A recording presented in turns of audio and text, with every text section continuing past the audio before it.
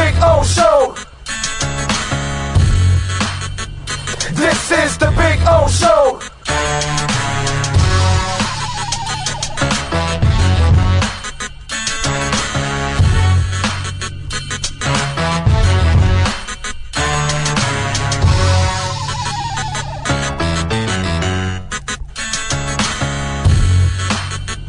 This is the Big O Show. This is the Big O Show.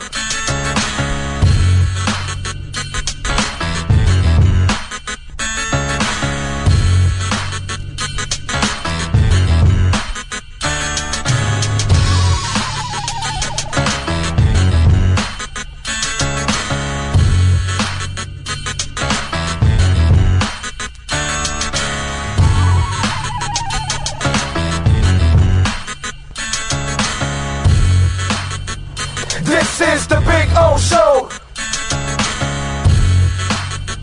This is the Big O Show. This is the Big O Show. Just one place sold the most Acura models in the last 17 years. Acura of Pembroke Pines. Drive a new 2025 RDX for $419 a month during our 17th anniversary sale. When presenting an award to an employee, athlete, executive, or fantasy GM, make sure you call Orvieto's Awards and More. For 35 years, these custom award specialists have been providing plaques, trophies, custom framing, while providing state-of-the-art laser and computerized engraving, UV printing, and glass crystal etching. They do all their engraving and printing in-house for quality control. Call Charles at 305-949-8098 or visit them at orvietosawards.com. Orvieto's Awards and More, where recognition is rewarding. For over 16 years, EJDconstruction.com has provided South Florida residents quality craftsmanship, accurate project management, and exceptional service. That's why EJDconstruction.com is an A-rated member of Angie's List and the Better Business Bureau. When you're looking for the right custom home builder for additions or home remodeling, please call my friend Eric at 305-433-4843. That's 305-433-4843 for EJDconstruction.com.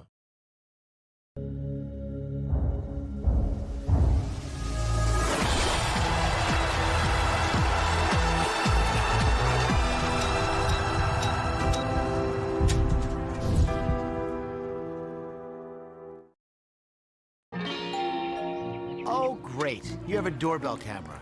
Now you have a front row seat to your house getting robbed. They're breaking into my house! Ooh, there goes the TV. I'm sure it'll turn up at the pawn shop. No, not the TV! Just because you can see them, that doesn't mean you can stop them. With Slogans, you get 24-hour monitoring, a free home security system, and professional installation. Plus, free doorbell camera, one that'll actually work for you. Get out of my house! Get out of the house! Call 1-800-ALARM-ME. Just one place sold the most Acura models in the last 17 years. Acura of Pembroke Pines. Take $10,000 off a 2025 Acura MDX during our 17th anniversary sale.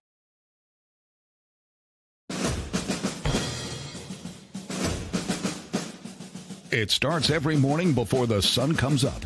Projects are laid out. Plans are made.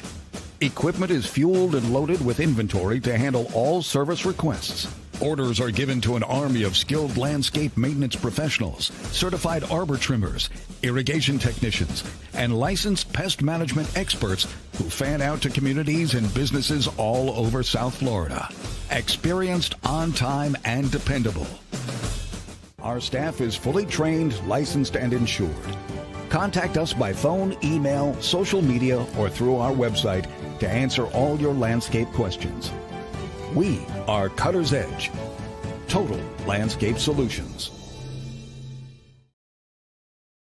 When it comes to your smile, confidence is so important. At Moody S Dental, they provide the services to get your smile back. This family-run practice prides itself by offering the latest technology to give your family the best experience possible. Moody S Dental has been in business for over 30 years with offices in Hialeah and Plantation. They accept most major dental insurances. They provide free new patient exams, 20% off select treatments. To qualify, please follow us on Instagram at moodys.dental. Moody S Dental has been in business for over 30 years. To schedule an appointment in Hialeah, call 305-821-0231 and Plantation 954-692-6825. From Invisaligns, dental implants, same-day crowns, and the preventative care and preservation to get your smile back. Go to moodysdental.com to find out more and tell them Big O sent you. It's big. It's gigantic. It's the Toyota of Hollywood Super Sale. Over 2,000 Toyotas from just $17,988. Like a Corolla LE, not $24,000, $17,988. Buy with 0% financing, 0 down. Join the fun and get a super deal at Toyota of Hollywood, the #1 volume Toyota dealer on 441 between Hollywood Boulevard and Sheridan Street. Open till midnight. After 40 years, the Big Cheese Miami is still producing great Italian food. They started in 1984. Since then, they've been winning awards while being voted the best inexpensive Italian restaurant in Miami. Visit them for great food, amazing service. Witness the decades of Cane's memories. The walls are like a Miami Hurricanes Hall of Fame. The Big Cheese delivers anything on its menu or party platter menu to your home, office, or even a park for a picnic. Located at 8080 Southwest 67th Avenue, Miami. Call 305-662-6855. TheBigCheeseMiami.com, where they serve large portions at family prices.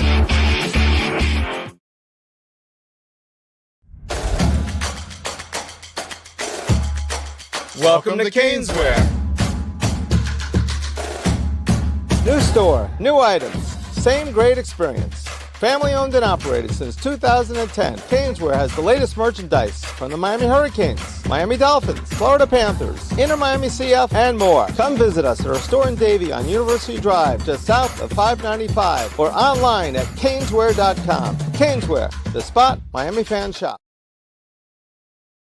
Before you buy or lease a Honda, Volkswagen, Hyundai, or any other model, compare Subaru, rated #1 in safety at Subaru of Pembroke Pines. Buy with 0.9% financing, 0 down. Forester with symmetrical all-wheel drive, $259 a month. Crosstrek with symmetrical all-wheel drive, $239 a month. During the Subaru A Lot to Love event at Subaru of Pembroke Pines, South Florida's #1 volume Subaru retailer.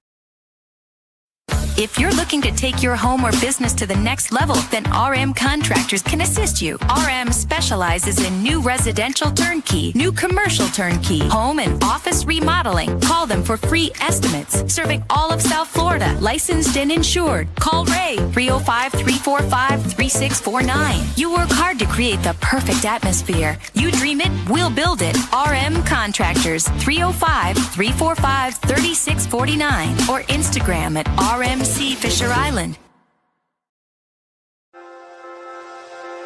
Hi, this is Jeff Welt from Welton Rayom.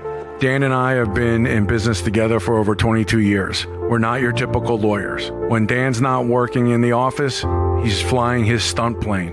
When I'm not in the office, I'm either getting tattooed, bowling, riding a motorcycle, or going to concerts. We might not be your typical attorneys, but we are aggressive attorneys, and we'll do whatever it takes to get you what you deserve. Consultations are always free. Call us anytime, 24/7. Welton Rayom can help. Just one place sold the most Acura models in the last 17 years. Acura of Pembroke Pines. Drive a new Acura ZDX, $439 a month during our 17th anniversary sale. The viewpoint, statements, or beliefs expressed on the following program by the host, guests, or callers are not necessarily the opinions of FantasyXS.com, Media Group Inc. ownership, management, sponsors, or website.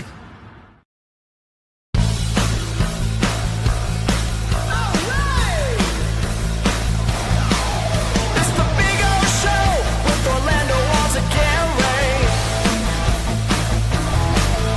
the place to go for South Florida sports.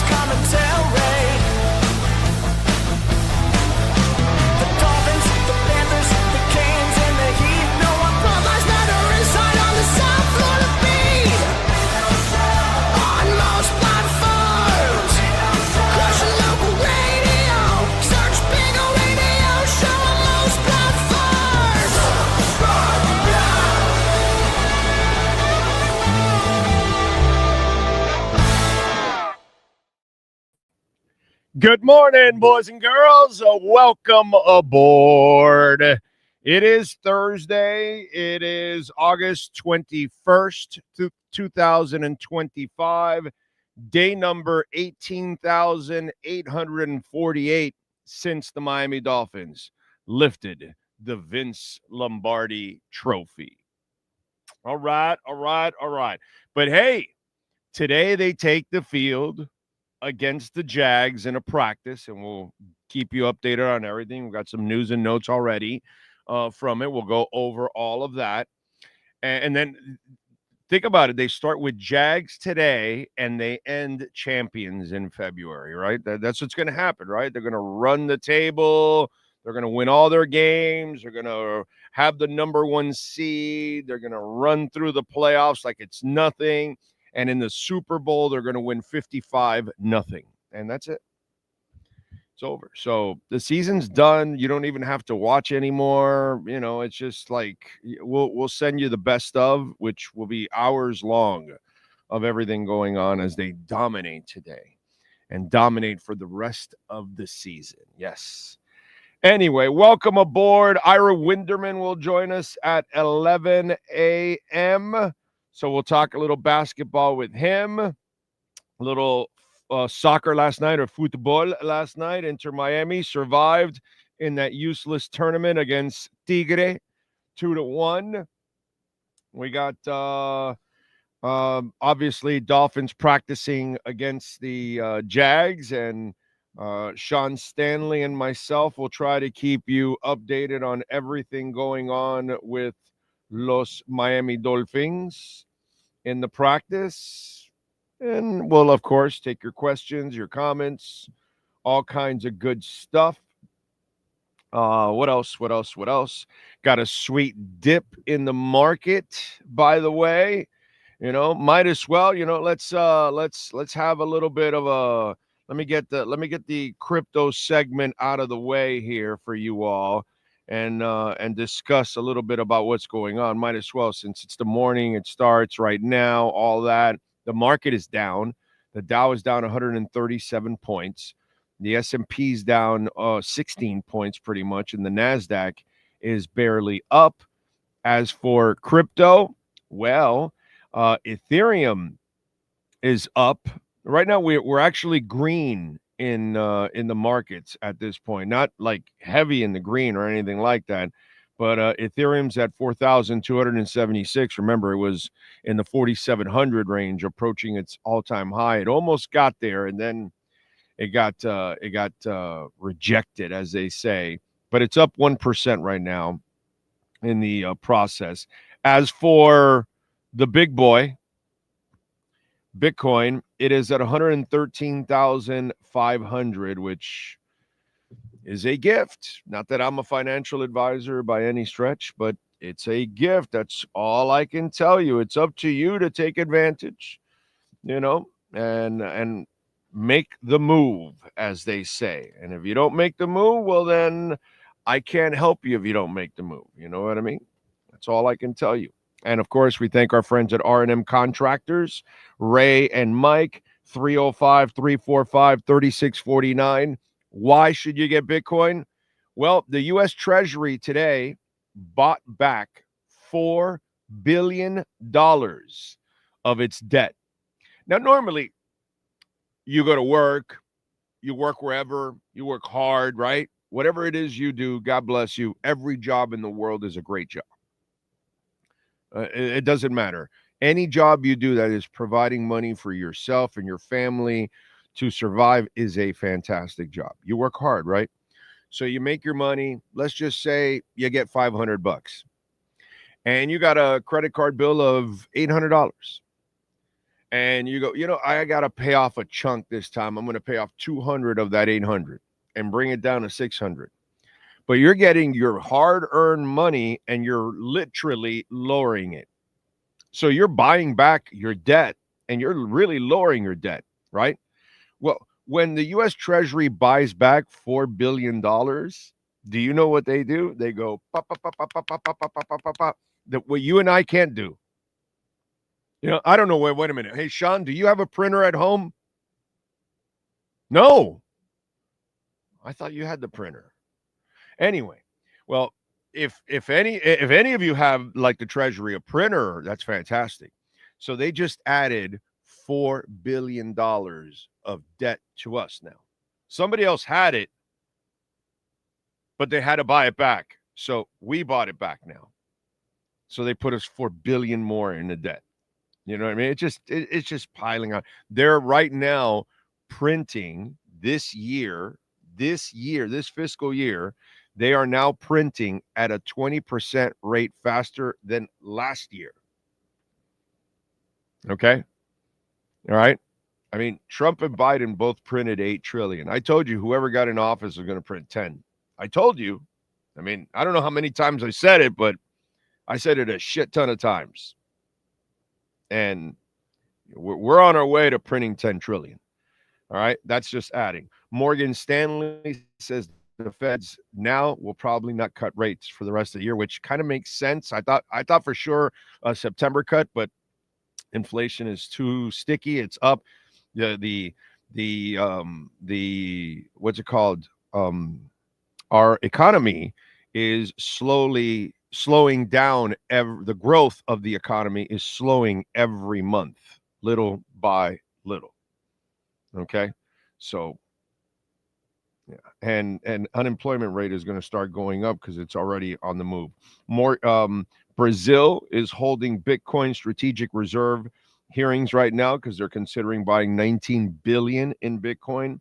Hong Kong Construction Corporation, Ming Xing Group, to buy 4,250 Bitcoin worth 483 million.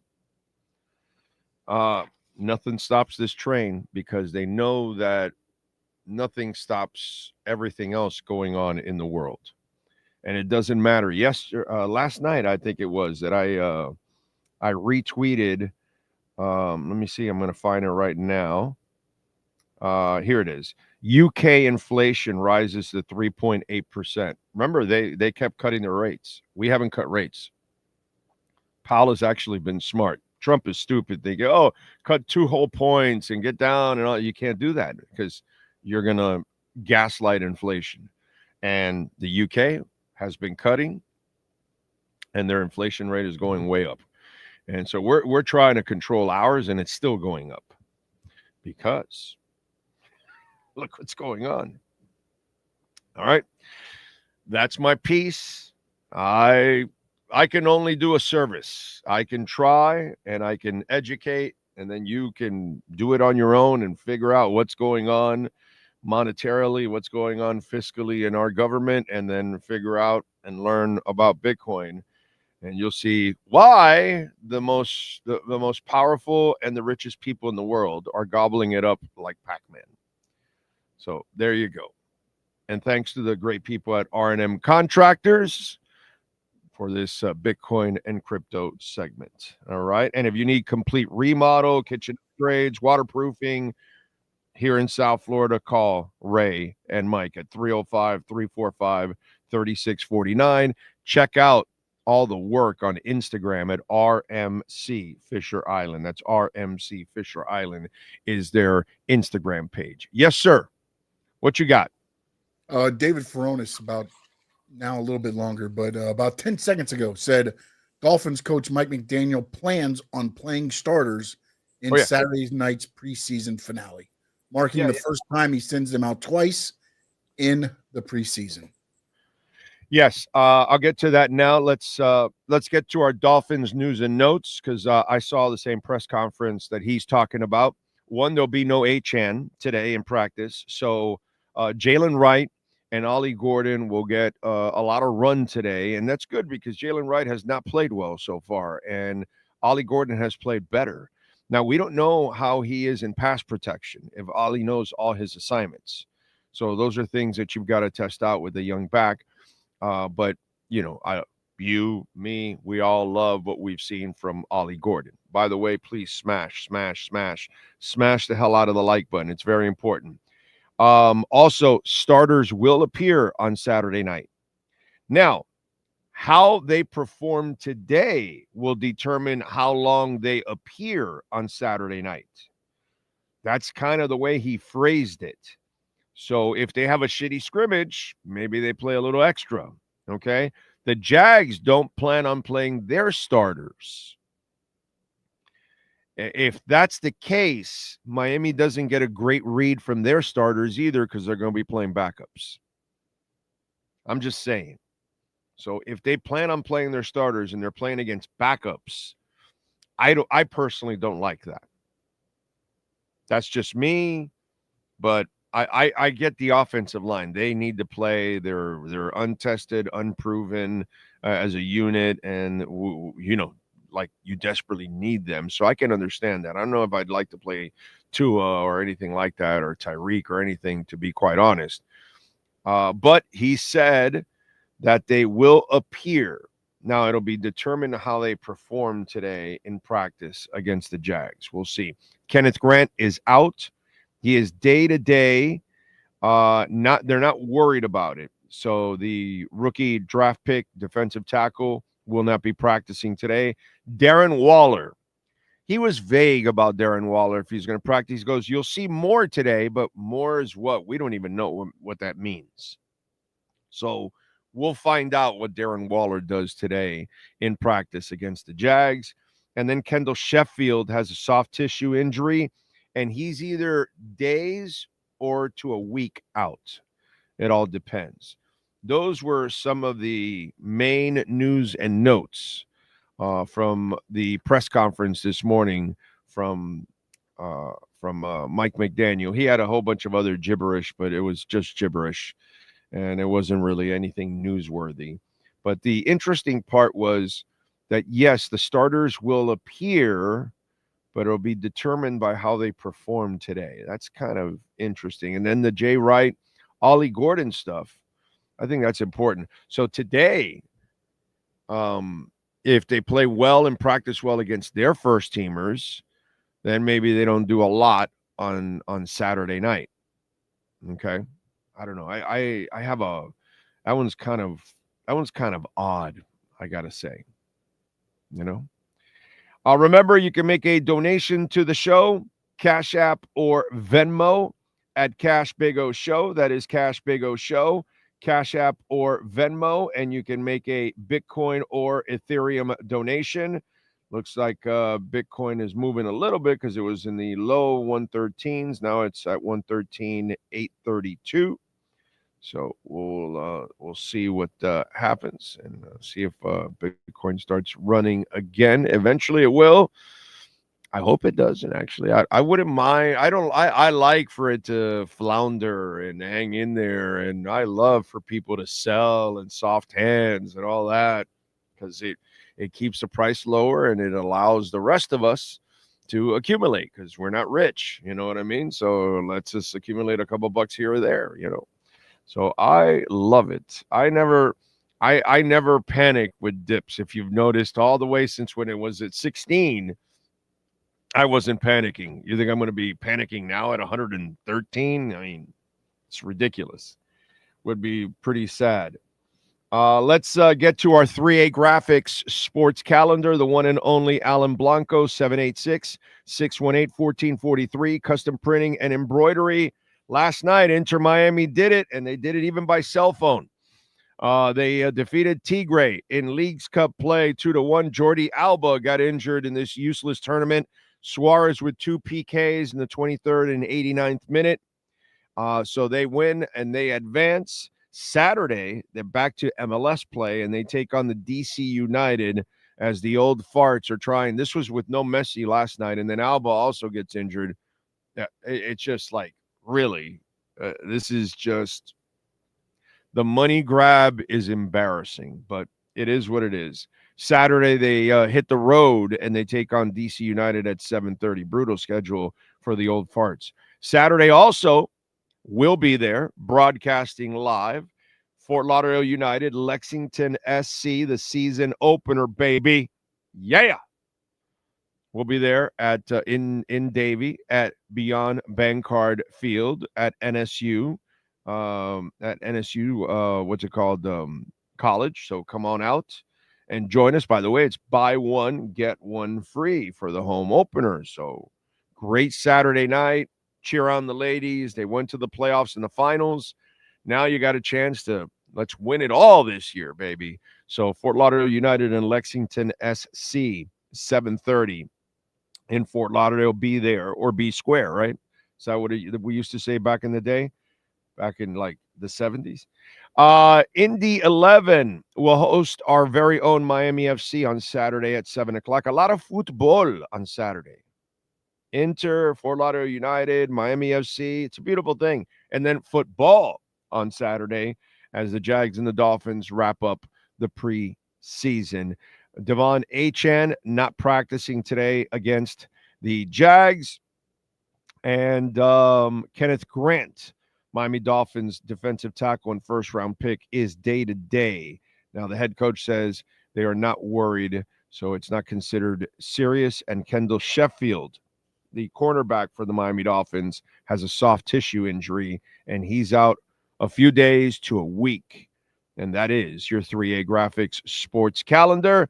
And please call Alan Blanco if your company, corporation, or institution needs custom printing and embroidery. 786-618-1443. All right. Here we go. Let's see. Are they close to starting there, Sean? I don't know. I'm keeping up here. See if we got anything going on the Dolphins front.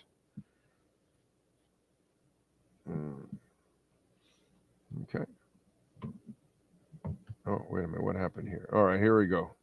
There's no orange jersey today, by the way. Yes. No, I was going to say, I don't think anything yet because they're still talking about everything that was kind of discussed in the conference from Omar and everybody right now. Yep. Yeah. All right. So nothing else going on. There we go. Hit the hell out of that like button. Come on, man. Come on. Let's go. Get that. Get the likes up, please, please, please. Dolphin Dave. Good morning to you. He's number one in the chat board. We got Jamie Zorria in San Jose. NorCal is doing it. Jay Bird is in. Jeff in Long Island. One-Eyed Jack. Alexis Palenzuela. Miles Deep out there in Vegas. Eric Scott is in Savannah. Nyborg doing his thing. He's doing mental reps. He's one of our key starters. Kosa in. Lenny Pena out there. John Pedrick. Good morning to you, sir. Thomas, word up. Big Johnson. Daniel Reno is hitting them like buttons. Thank you. I like it. What else? This is our year, Dolphins. We never lose hope. We do this every year. Let's go. What else are we going to do, right? It's not like we're going to give up on the team, you know. That's the beauty of it. We can bitch and complain and predict greatness or shittiness, and it doesn't matter, dude. We're still going to be here no matter what. Ty in the Bronx, Gus 1388, Skyler, James Vivinetti. Anthony says, I'm so glad week 1 for opening day, so I won't jump off the ledge. Wonder what's the best thing to look for in the season. Tailgate with my group and Big O providing Dolphin gospel. There you go. Well, thank you, sir. That's very nice of you. Brian Robinson is available for trade. That's nice. Do you think the Dolphins are going to trade for Brian Robinson? Or is it just another idiot throwing out a rumor about it? Yeah, because, you know, the Dolphins, boy, they bend over backwards for running backs. Anyway, it's just like it's like nobody really learns their lesson. Like they don't really see what's gone on all offseason. Oh, man. Let's see. Big O, if Tua gets concussed this season, we have to move on, right? Yeah, but you're still stuck with them another year. You're stuck with Tua for 2 more seasons, this year and next year. It's Some of you seem to not understand the cap. It's like, oh, trade Tyreek. No, they cannot. Okay. If they try to trade Tyreek this offseason, then they would have to also cut a bunch of players because the money accelerates and it becomes a problem. And they're trying to at least be competitive right now. Then you're really like not even trying. And I kept trying to explain it to many of you all off season, and the level of ignorance, stupidity, and it's just beyond me, dude. Seriously, like you listen to people that actually follow this and cover it and know about this. We're not all going to be perfect, but fiscally, it just tells you the numbers. It doesn't allow you to make the trade. And that's why I've told you a while back that it would be the trading deadline would be the next one. Everybody else is caught up to this show now about the trading deadline stuff. Have you noticed that? Have you noticed how others are now? No, Tyreek, they're not going to be. All the people are telling you now, they were actually talking about Tyreek trades and proposals and all that in the offseason and writing about it. Now they've learned, a lot of those guys, they've learned, and now they're like, oh, no. And now they've learned what we've been saying for a while, that, hey, it'll be in the trading deadline. Well, it's the same thing with Tua. Dude, I get it. There's a shit ton of you that don't like Tua. You don't want Tua. I understand that, dude. Okay? Separate church and state. Get out of your feelings. Okay? Here's the scoop that we keep telling you. No matter whether you like him or not, you're stuck with him for 2 more years. This year and next year. So it doesn't matter if he gets concussed or what, you still have to pay that salary the following year. So you got no space to go get a quarterback anyway. Do you understand that? Same shit with Tyreek. Same shit. And it's like a lot of you don't listen. You don't want to learn. You just want to stay ignorant. And you just want to then repeat the same stupid shit over and over and over again. So, I try to keep people educated on this show, but I get it. We have too much in the media that loves to keep you stupid because they like to bait you into stupid stories. Yes, sir. I know you're sitting down, but we might want to have anybody that's watching or listening sit down as well. Darren Waller is doing position drills today. He's up to position drills. He is up to position drills. We are no longer in the mental reps. All right. I've never seen a more remedial way of bringing back a player than with Darren Waller. Okay. Wow. It's amazing. So you're stuck with Tua, whether you like him, love him, hate him, can't stand him, you want him to marry your wife. I don't care where you stand with Tua. Okay. You're stuck with him for 2 more years, whether you like it or not. I hope he kicks ass and we don't have to talk about this anymore, because I know a ton of you hate the guy and you can't stand him and you want him out of your team and all that kind of stuff. But, and again, this is the part I don't understand. Who are you replacing him with? Like, like the guy that just asked Carlos, hey, if Tua gets concussed this season, we have to move on, right? Yeah, okay, but like, who are you getting, by the way? Just out of curiosity. Like, the guy's the best quarterback you've had since Marino. Like, by miles. It's not even close. And you're dying to get rid of him. Instead of, you should be dying for them to protect him. You should be dying for them to establish the running game, because that's what helps quarterbacks like that. Statues need offensive lines and running games. It's not his fault that he's forced to throw under 2 seconds, but you blame it on him. It's not his fault that he gets drafted with a head coach that hates him. And then he gets another guy now that's incompetent and can't even get a play in on time. It's not his fault, but everything gets blamed on him. And it's just Carlos is a perfect example of the fan that just is dying to jump all over the guy when he really isn't even part of your problems.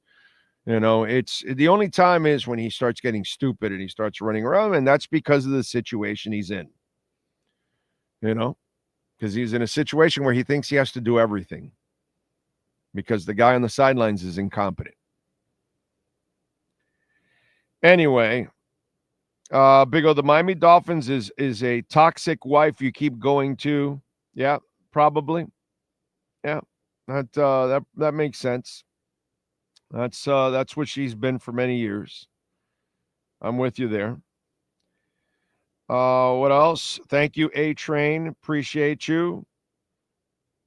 Any update on Samuel Jr. visiting? More people following stupid, useless, and idiotic reports. You know, I always tell you guys, the report is out. Who put it out? That's all. Who put it out? Somebody that doesn't break any stories. Somebody that's not even in our business. So why would any of you repeat it? You know what I mean? But there's John. You know what I'm saying? Too many. Since you guys are lazy, John, this is what happens. You know? Since you're lazy, you don't do your homework. You don't actually look at who's sending the report. You just look at some stupid Facebook thing or some idiot that has never broken he breaks wind, not stories, or a fan or something. Do your own homework. Did Schefter report it? Somebody, Jeremy Fowler. Give me somebody legit. CBS, Fox. Who reported it? Oh, Slapdick. So Slapdick reports it. You repeat it. You know, that's sad. But that's where we're at in this world. You know, so in everything, politics, entertainment, music, sports, all that crap. Americans on average are dumb and lazy, and they get suckered into so much because they really don't do their homework. So, you know, that's kind of par for the course, unfortunately. Let's see. What else do we have going on? Have they started yet, Sean Stanley? Are they still warming up here? Looks like they're going through the drills part of it right now. There's just pictures coming out, everybody kind of in the drill, position players and things like that right now. No hitting as of yet, I believe. Let's see. Judon, by the way, still wearing number 8. So the whole talk about 91, which, God, that was bothering me, that whole 91 stuff. Like, yo, dude, like, Cam Wake's numbers should be a little respected there. You know what I'm saying? But apparently he's wearing number 8, which is all good in the hood. I have no problem with that. Should be fun. You know what I want out of today's practice, right? You all know, right? There's only one thing I want out of today's practice. This. 0 injuries. Just give me that. Okay, I hope they play well, of course, but please give me no injuries. That's really what I want. That's all I'm asking for. That's it. As a Dolphins fan, that's all I want. Just a little bit of no injuries. And the problem with all of the Tua haters is that they want him off the team, but any realistic replacement for Tua right now will be miles worse than Tua. As long as Tua stays healthy, he's a baller. I know. It's like, did you watch what went on between Tua and Marino?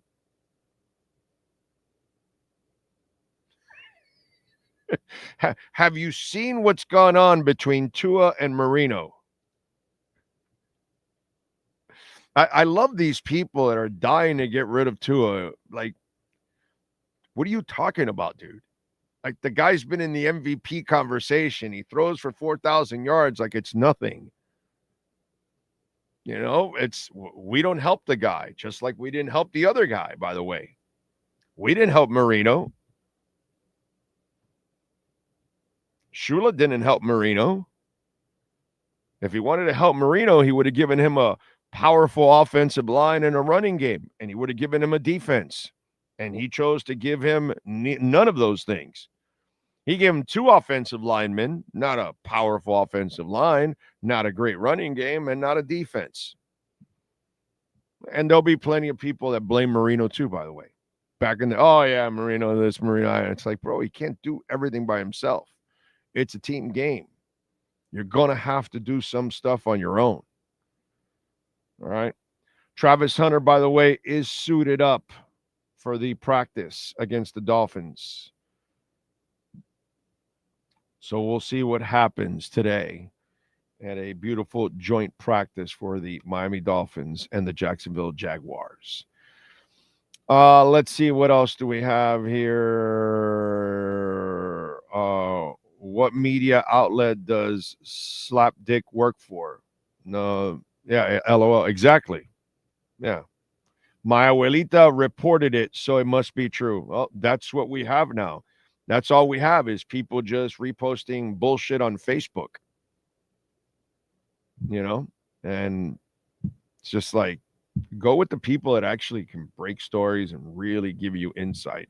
But because it's just Dolphin talk, let's repeat it and let's just go over it and just, you know, rehash it because, hey, they mentioned the Dolphins. So let's go. But it's like actually somebody that's not even legit. And, you know. Anyway, Lisa's in the house. Phil Quinn agrees 0 injuries is the only real priority. Amen to that. Amen, amen, amen. True Finn fan. What up? Oh, John Padilla's checking in.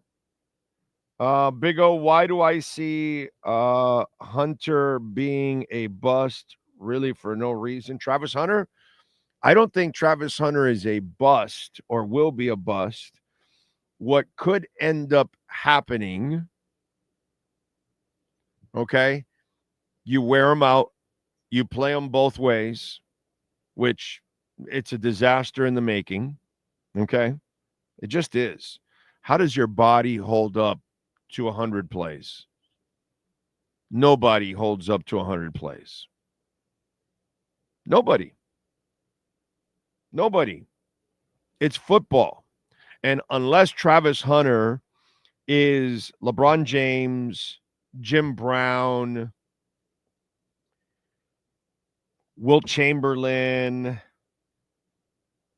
you know what I'm talking about now? You figure out what I'm talking about? Like these ungodly freaks that physically they were just at another, they're not just great players, okay? These were like Walter Payton's another one of those kind of guys. These were not just great players.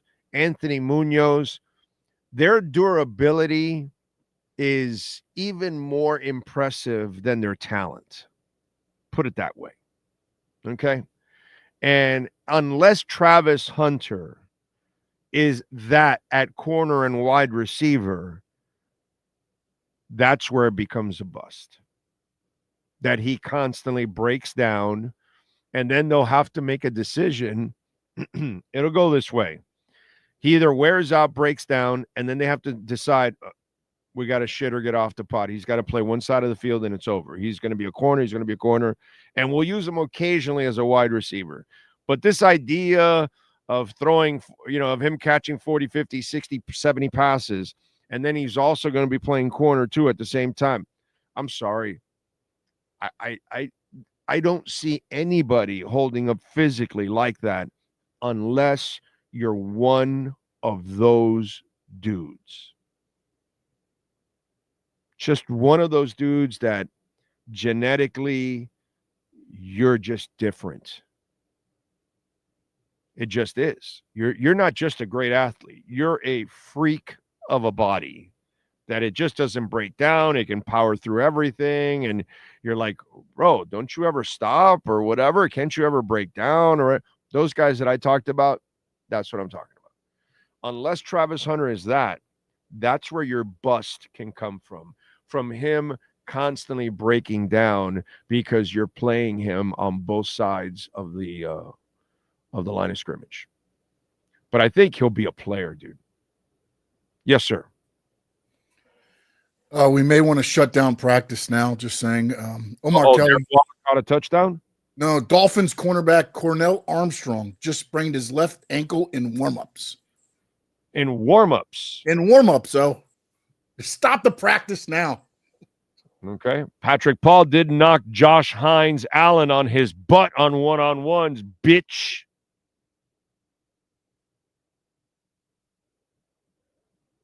What you trying to do with some Hines ketchup lining that shit up? No Tyreek Hill, no Devon Achane, no Kendall Sheffield, no Andrew Meyer, no Austin Jackson, no Byron Matos, no Ashton Davis, and no Kenneth Grant. Isaiah Smalls of the Miami Herald posted that. Give that man the love for that. Passing on that information to us, which no surprise in any of these. I'm not glad that HN has got any kind of injury, but what I'm glad is that I don't need to see him. I don't need to see him at all till the regular season. HN doesn't need to prove a damn thing to me, dude. I mean, even the coach said today that he has a total grasp of the entire playbook. That's pretty impressive for a guy going into his third year.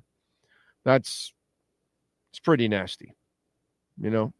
And this is a guy. All he's proven is that he's an ass kicker and a playmaker. But I don't want to wear him out. And that's something that, as you all know, concerned the shit out of me last year. I was really, really pissed off about how much they overused him last year.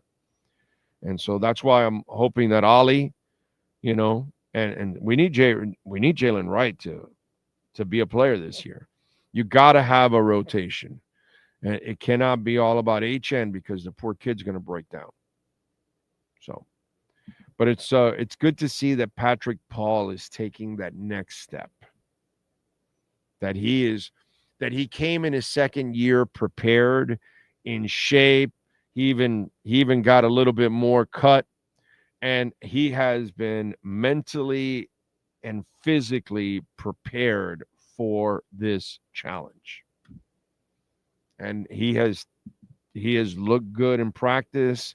He has played well. So that is a really good sign because I was getting people that were saying, oh, we need to go after a left tackle and all that. And it's like, dude, you drafted this guy. You don't need to go get a left tackle. He better be your starter. He better be the damn starter. You know what I'm saying? So, and I'm glad that he's looking like that right now. That's really, really cool. Wallard suffered a mental block on his third mental rep. No timeline for his return, says NorCal. It's a joke, folks. Okay, don't. NorCal's just having fun. Okay, we can have fun on this show. We got to have fun. We got to make fun of our Dolphins or whatever, because if we don't, if we take everything completely serious, I mean, it's just we're gonna kill ourselves out there. Yes, sir. What do you got for me, Sean Stanley? No, just Jonah had some tough moments for the person that said nobody says anything about Jonah struggling yesterday. And Aaron Brewer was very strong in the one-on-ones. This is from Joe Shad. That was a great pickup, Aaron Brewer, and super cheap, dude. Jesus Christ, $7 million a year for a starting center. So I just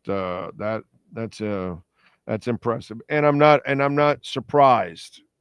Patrick Paul wasn't sharp last year when he would fill in at times. He would make a couple of mistakes here or there, and that's kind of I'm expecting that from young players like Savanaya. He's supposed to actually have a little problem in transitioning. He wasn't picked like a top 5 player. Like, okay, well, what was the name of the Nelson, right, was the guy that was picked from the Colts, like top 5 guard, and he was a badass for many years. right? I forgot the guy's name, but it was Nelson, right? I'm pretty sure it was Nelson. I believe it was Quentin Nelson. There you go. Thank you very much. And so the guy was a badass. I don't know, but he was taken top 5 because he was looked at like a can't miss type player. Samanaya wasn't taken top 5. No. There's a reason why he's not taking top 5. I like him, but he's got to develop too. You know what I mean? So I'm not surprised that he is going to go like this, But the good thing is if Paul's got his shit ready now in second season and you got Brewer, you got him right in the middle of those two guys. And that'll help him along the way. Okay. Because if Patrick's got his shit straight compared to last year, I mean, all offseason, I heard a bunch of you that were super concerned about Patrick Paul. Now people aren't as concerned. It's part of the process. It's part of the growth process. You know what I'm saying? So, and thank you, Juan. I appreciate you also with the Quentin Nelson thing. Overrated Notre Dame guard. Dolphins got the best Notre Dame guard from the last 25 years. Well, he was a monster with the Colts for many years. Yes, sir. D. Eskridge, deep one-on-one with Jamari Jones from Tua, then Taj Washington on deep corner against DeAndre Prince. Yeah, I think those are your back-end receivers. If you go 6, I think Taj is your 6th guy. D. Eskridge is going to be your 5th guy because he helps out on special teams. So that would make a lot of sense. So I like that. All right, good to see D. Eskridge doing his thing out there. All right, who posted that? That was from Mr. Furonis. Oh, okay. All right. All right. I like it. What do we got here? And he also put Storm Duck called for a DPI against Brian Thomas. Yeah, I just didn't want to keep cutting in because I feel like every time it's cutting in. So for that right after, yeah. For this, my brother, you can cut in as much as you want because people are crazy for Dolphins news.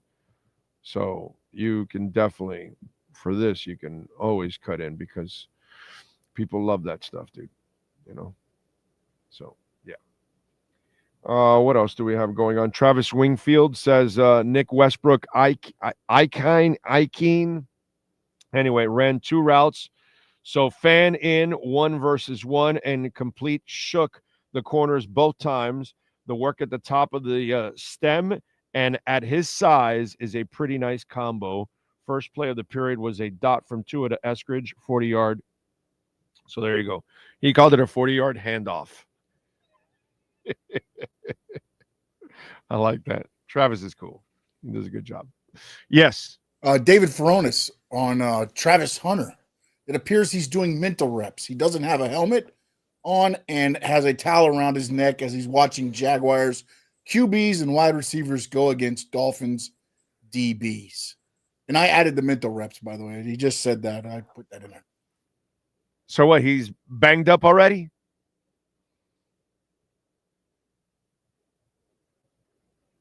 What injury was he dealing with the last couple of days?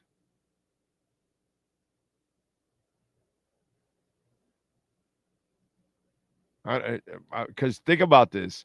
We haven't started playing actual football. Like real football 2 ways. He's already injured.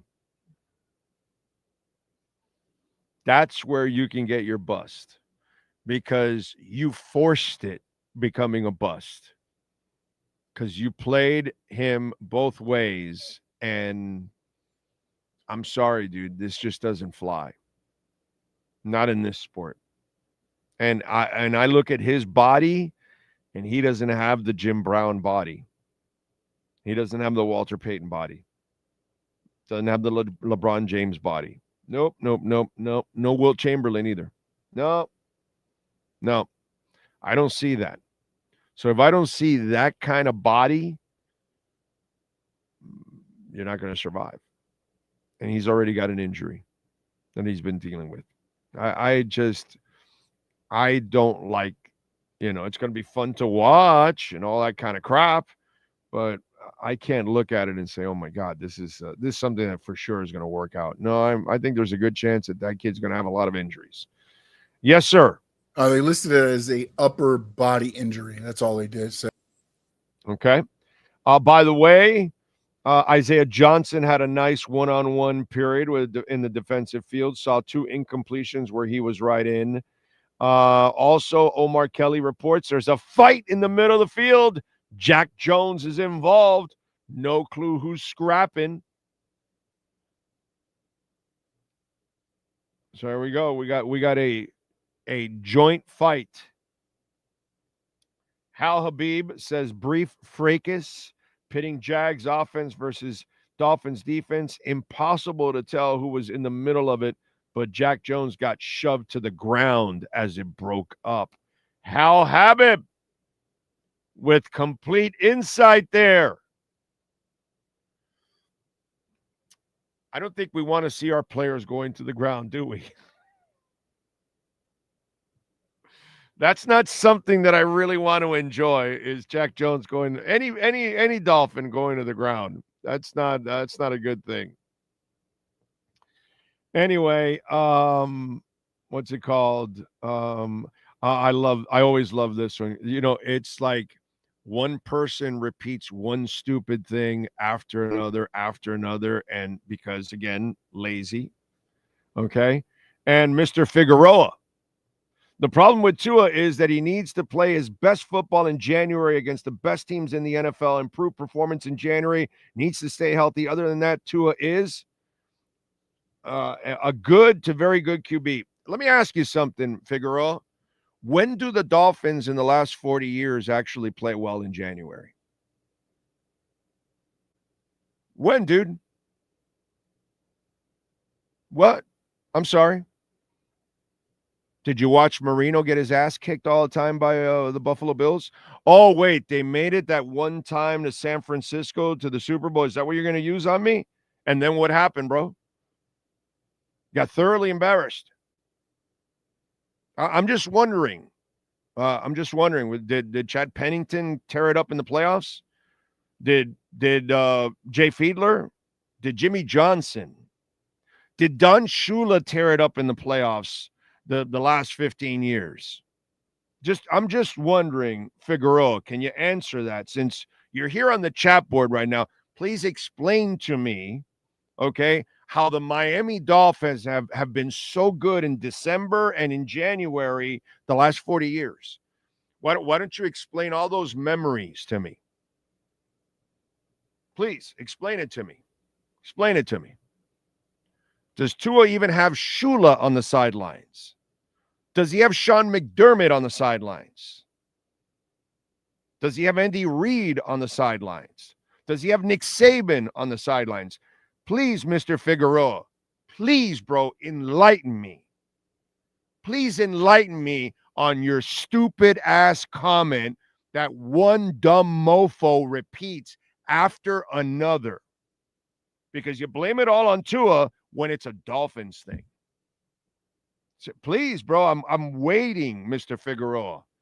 You're so good at typing. You got a good paragraph in there of something that makes no goddamn sense. Please, let me see the response, Mr. Figueroa. Explain to me what Dolphins team, coach, player, they were dominating in January and December too, by the way. Because, Mr. Figueroa, you probably have 3 hairs on your nuts, but Don Shula choked on the West Coast, lost in the playoffs constantly, got dogged in all the big games. After the 70s, Don Shula didn't do shit, dude. He ruined Dan Marino's career. And Dan, all his big moments were embarrassments. Even with Jimmy Johnson, embarrassments. And it's not Marino's fault. I know you want to blame Tua, but I don't blame Tua or Marino. I blame the Miami Dolphins. So I'm still waiting, bro. I'm still waiting, Mr. Figueroa. Please explain to me the rich history. I know 62-7.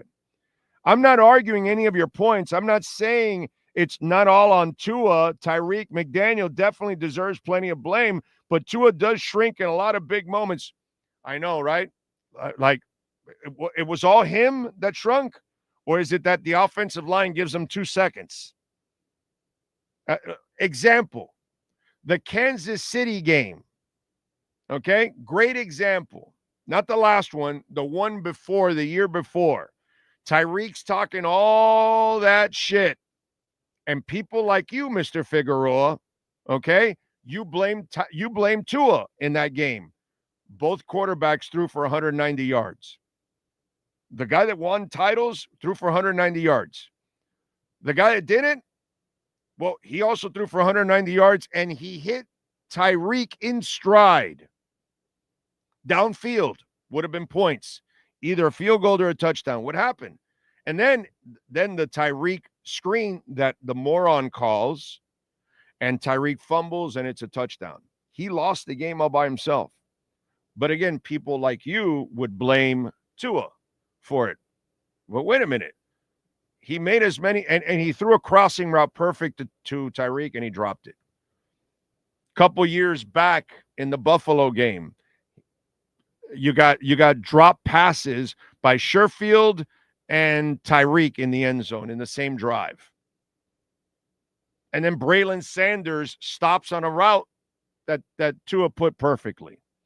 He can only do so much. If you can't run the ball, if you can't block like, the Buffalo Bills do all the time, you're not going to win.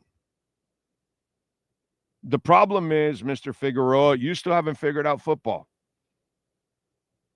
And you still look at it at the quarterback when it's all about the physicality of the Miami Dolphins. The Miami Dolphins have been wussies for 40 years.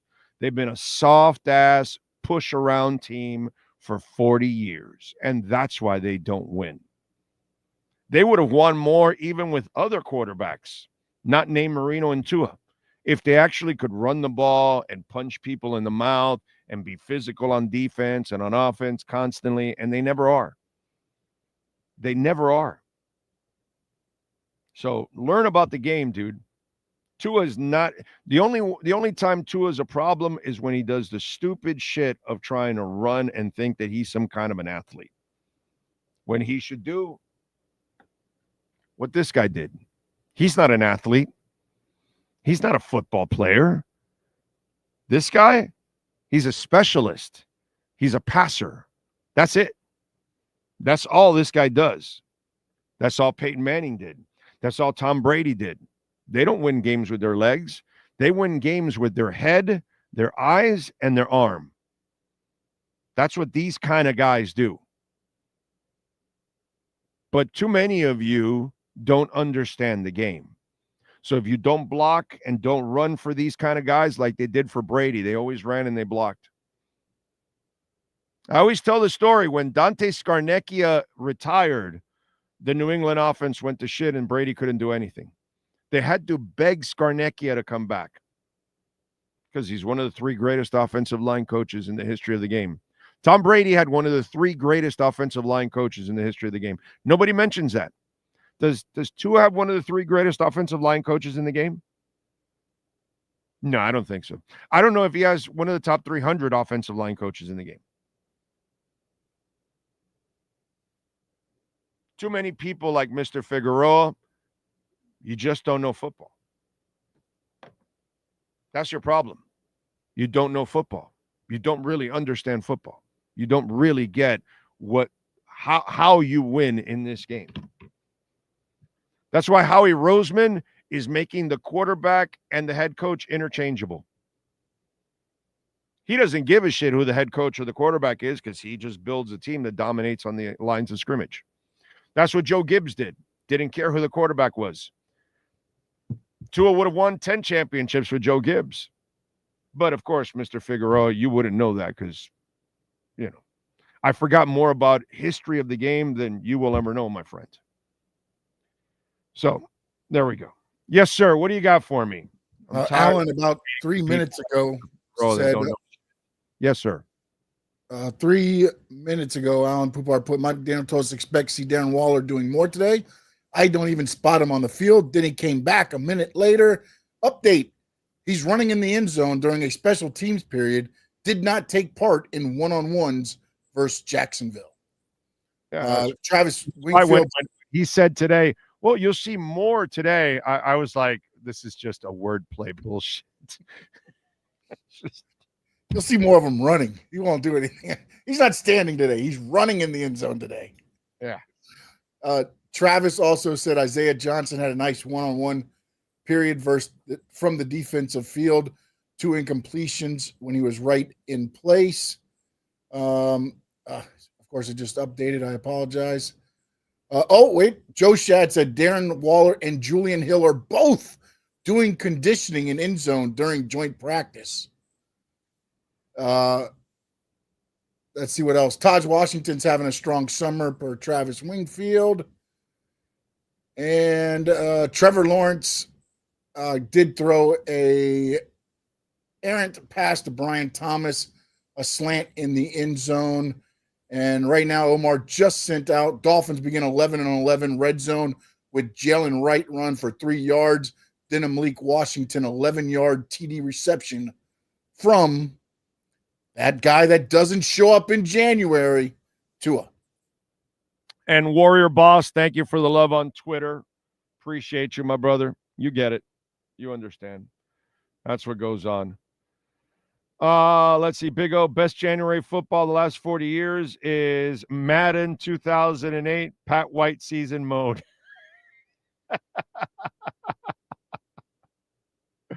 Yeah, that's exactly it. You're going to have to go to a video game to get the Dolphins to play well in December and January. Outside of that, it's you got to go back to when I was a kid in the 70s, my brother. That's the last time they actually knew how to actually win. It's crazy. It really is absolute insanity watching what's going on here. BigCheeseMiami.com is the website. Go visit them at 8080 Southwest 67th Avenue, 305-662-6855. The hurricane memories on the walls are endless for over 40 years. Billy and Gary started this 40 years ago, and it's become an institution, and the garlic rolls are to die for. They got the little pizza sauce and everything to dip them in. Pasta shipped from Italy, cooked fresh daily. They give you family-sized portions. So you're probably going to take some food home. Go visit them. Tell them that Big O sent you. BigCheeseMiami.com and enjoy some absolutely amazing food. All right, let's do it. Hour number 2 is next. And Ira Winderman joins us with our Acura of Pembroke Pines, Miami Heat, and NBA reports. Heat fans, time for the best insight of your favorite team with insider Ira Winderman, exclusively on the Big O Radio Show. It's the Acura of Pembroke Pines, Miami Heat, and NBA report. Here's Ira Winderman. All right. Good morning to you, sir. How are you doing? Good to be back. Good to be here doing our annual Drew Smith Returns a tribute show. So the more things change, Big O, sometimes the more they stay the same. I just thought that I like Highsmith, okay? Mm-hmm. I think we all like Highsmith. But unless he turns into a star, give me a break, dude. Let's not, it's not like a lot of the guys that they've let go have absolutely turned into stars or something like that. I mean, Strus has been pretty good overall, but it's not like, because I got stuff from people like, oh, I can't believe they gave him away for nothing. And I get it. They're trying. Why be a tax team? You're not going to be very good this year. It doesn't really make sense. So I totally understand. And I just think it was like a huge overreaction for, for not so much. Yeah, when you're debating 14th and 15th men, when you're debating guys at the end of the rotation, when you're debating guys in minimum salary, again, no matter what you think or don't think of these players, the prime players for the Miami Heat are Bam Adebayo, Tyler Hero, Norman Powell, Khalil Ware, Andrew Wiggins, and Davion Mitchell. You will go as far as you can or can't with them. But they're going to determine the season. The other pieces, even I know, Big O, you've been emotional about some of these guys getting away, but for all that the Max Struces and Gabe Vincents and Caleb Martins were, they were never more than supporting pieces. Right. This sport, more than even your Dolphins, where only 5 are on the court at the same time, it's about your prime star players. And when you look at the NBA today, and you and I can go through 2-man cores, leading groups of Tyler Hero and Bam Adebayo, they don't rank near the top. They don't rank near close to the top. And that's why this is a middling, mediocre team coming off a 20th place finish in the NBA last season. So let me ask you, but why? And I like Drew Smith, and it's gotten to a point where because of the injuries and all that, you kind of root for the kid. Sure. But why another point guard, right? What did you think about that? And I don't disagree. And I think this was one of those, you rehab, will find a way somehow, some way. I do believe there was a point that he thought they could bring Drew Smith back on another 2-way contract because of his injuries. We've seen it, Big O. You see it in the NCAA all the time. The NFL, there's exceptions for injuries. And I think that was the plan all along. And then the NBA said, yeah, no. You spend 1 minute on a 2-way contract. Yeah, it counts as a year of service. He's at a 2-way eligibility for your team. And they had to sort of scramble. So I do think this is a loyalty play. So here's what it comes down to. You and I have spoken for years about the Heat way, about Heat loyalty. There's something to be said for that from players when it's your 14th man. Heat loyalty is not extending Jimmy Butler. Heat loyalty is not going to $50 million with Tyler Hero. You have to draw a common sense line. But Big O, if they want to spend a minimum salary of $2.3 million, even less, maybe against the books, I have no issue for that for my 14th man, as long as it doesn't impact the roster. Now, if Drew Smith winds up playing ahead of players like Pella Larson, who we'll get to later, like Kasparis Yakachonis, who we'll get to later, yes, that's the issue. So can Eric Spoelstra, who is playing Drew Smith every single minute of the fourth quarter last December, have that restraint to say, hey, I listened to Big O and I listened to Ira on the Accurate Pembroke Pines report. We have to feature our young players this year. We have to go younger. So I think the next issue with Drew Smith is not about Drew Smith. It's about Eric Spoelstra's restraint and realizing the future is Kasparis. The future is Pella Larson. I hope they get that, Big O. And we've seen the opposite from this team. We've seen them make every single game the most important game in the world. And then you say to yourself, and where are we now because of that? Yeah, but I'm also thinking when I was looking at all these point guards, I was also looking at, well, they like Drew Smith because he understands the offense and he can run the offense. So in practice, he's also going to be kind of a semi-coach example for these other young guys because Drew actually can, he's actually a pretty competent point guard. You know what I'm saying? He's just not a great player, you know what I'm saying? Not a great talent, but he's a smart player.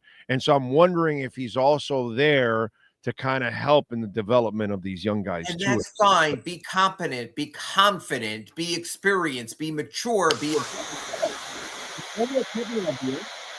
no idea what that was. There's no more Kevin Love here. There is no more Udonis Haslem here. So you do have that sort of niche role maybe for a veteran, an older player on a very young roster. Drew knows who he is and what he is. He's open in case of emergency. He will fight through anything because Big O, when you fight through an ACL tear, when you through a torn Achilles, you show these other kids, don't be sitting out because you got no turf toe today. That over in the locker over there had his knee shredded, had his Achilles shredded, and he's busting his ass. There's something to be said for that perseverance. Again, as long as it doesn't get in the way of growth, as it doesn't get in the way of the tax, it doesn't get in the way of your salary structure going forward, of a draft choice going out, I have no issue with that because I would rather have Drew Smith staying after practice and helping the guys than a lost soul like a Terry Rozier. Yeah, it reminds me a little bit of Ian Frey with when they're in Miami, who's also a young dude that's gone through, I believe it's 3 ACLs. Yes. I was watching and like, oh no, there we go again, and you push back and you persevere. Last night cramped up. Yes, last night when he cramped up. Yes. I was also Well, yeah. I was like, oh no, come on, Ian, no, because that poor young man has gone through hell and back, and he's talented, bro. He's talented. And thankfully, Tigres decided they would play soccer with their hands, or else Inter Miami wouldn't be alive anymore in that tournament. Well, we'll take it, man. We'll take it however it comes. All right. The one thing that I wanted to ask you that's kind of like interesting or depressing, depending on how you want to look at it, is that I can look at it this way. They had 3 roads to go. They could have completely torn it down, so that way they have their picks. Sure. And then the road that they could go is, all right, we start drafting a whole bunch of young guys. Hopefully we hit on one that's a star or 2 or whatever, and we take off again. Or we use that lot of picks to go get a young disgruntled star somewhere else, right? Those 2 roads. But they chose the latter to just stay status quo and put it together. The other 2 roads have a possibility to greatness. No guarantees, but a possibility. I don't see a possibility this way to greatness. I don't see a possibility to a championship this way. The other ways, at least you've got some kind of a chance. So why go this way when what you have been all about is those damn banners up there, dude? And I think you took the hardest road to get back to that place. Unless I think when you surround emerging players with quality, they get to look better.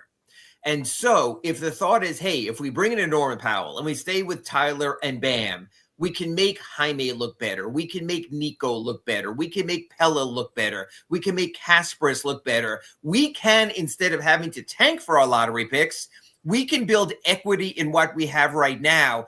So that, to me, is going to make it come down to Eric Spoelstra when he has a choice, like we spoke about going with a veteran or going with youth, to keep riding that youth train regardless.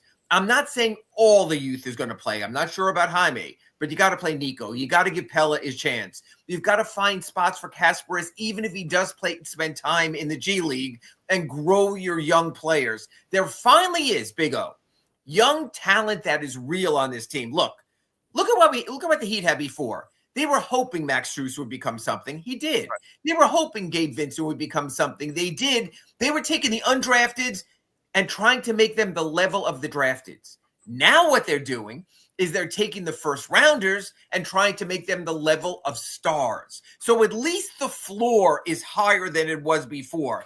Now, is the ceiling limited? Yeah. When you're not drafting 1 through 5, when you're not looking into Cooper Flag, it's a hell of a lot harder to wind up being in the same place. But you know what? Every team that drafts early, Magic are a perfect example to me, whether it's Wagner, whether it's Banchero, whether it's Suggs and what they have there, until those players become stars and Banchero has, you're certainly limited in what you have.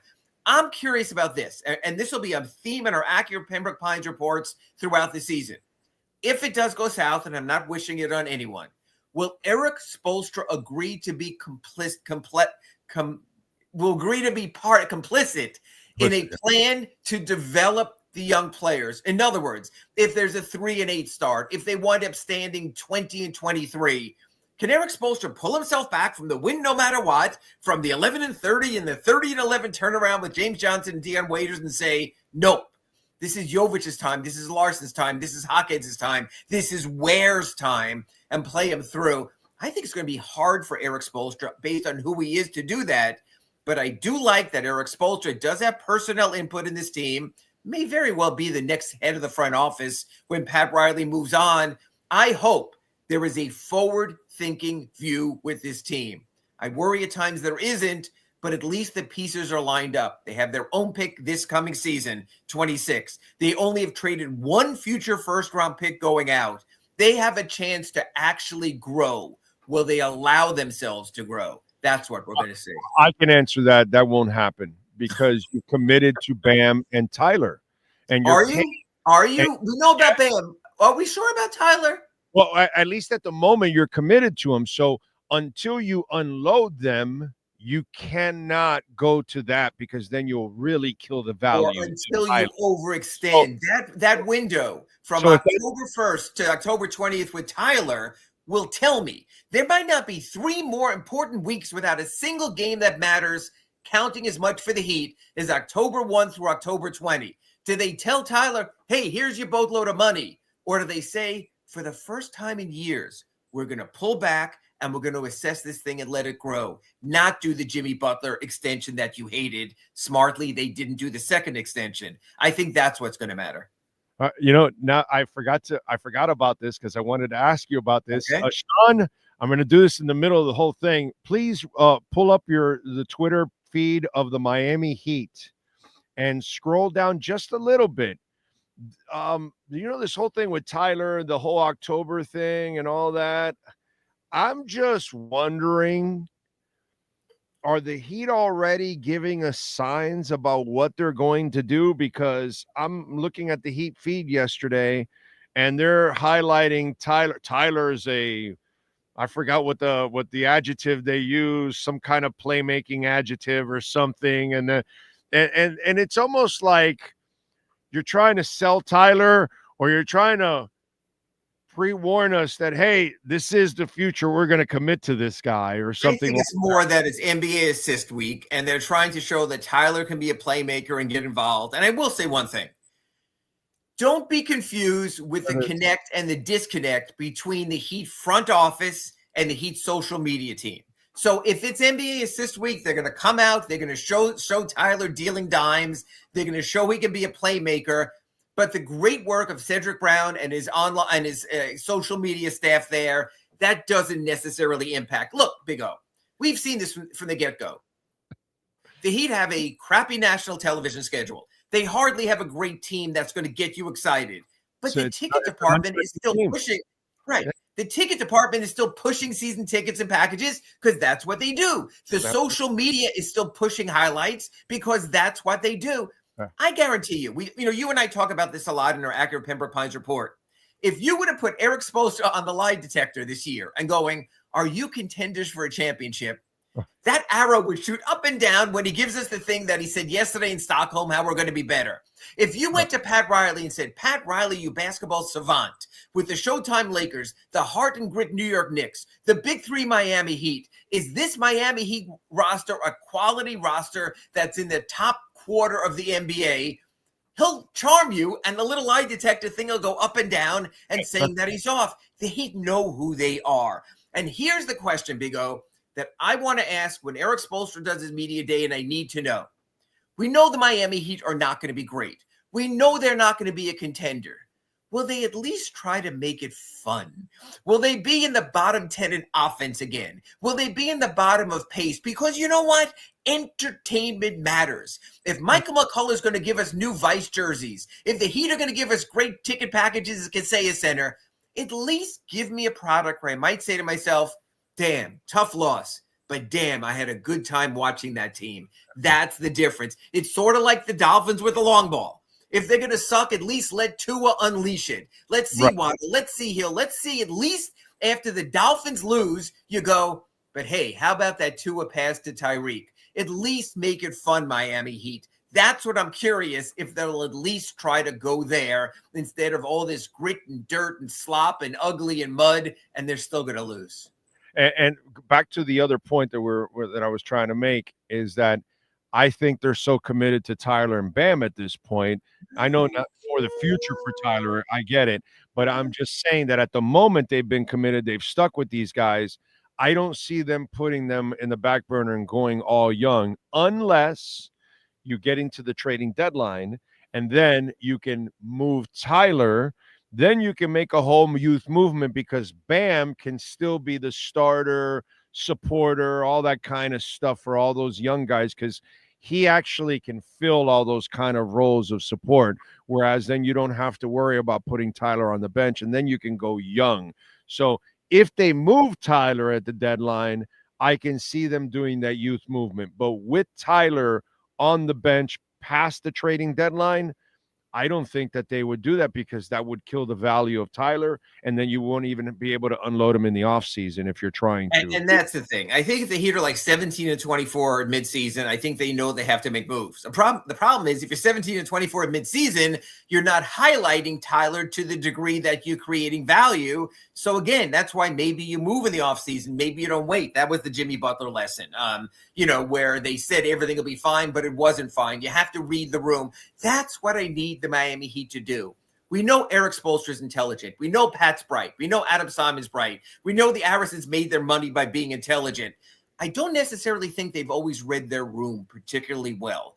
And I think they have to now. You can love Drew Smith at the minimum and bring him back. God bless Drew. Great story.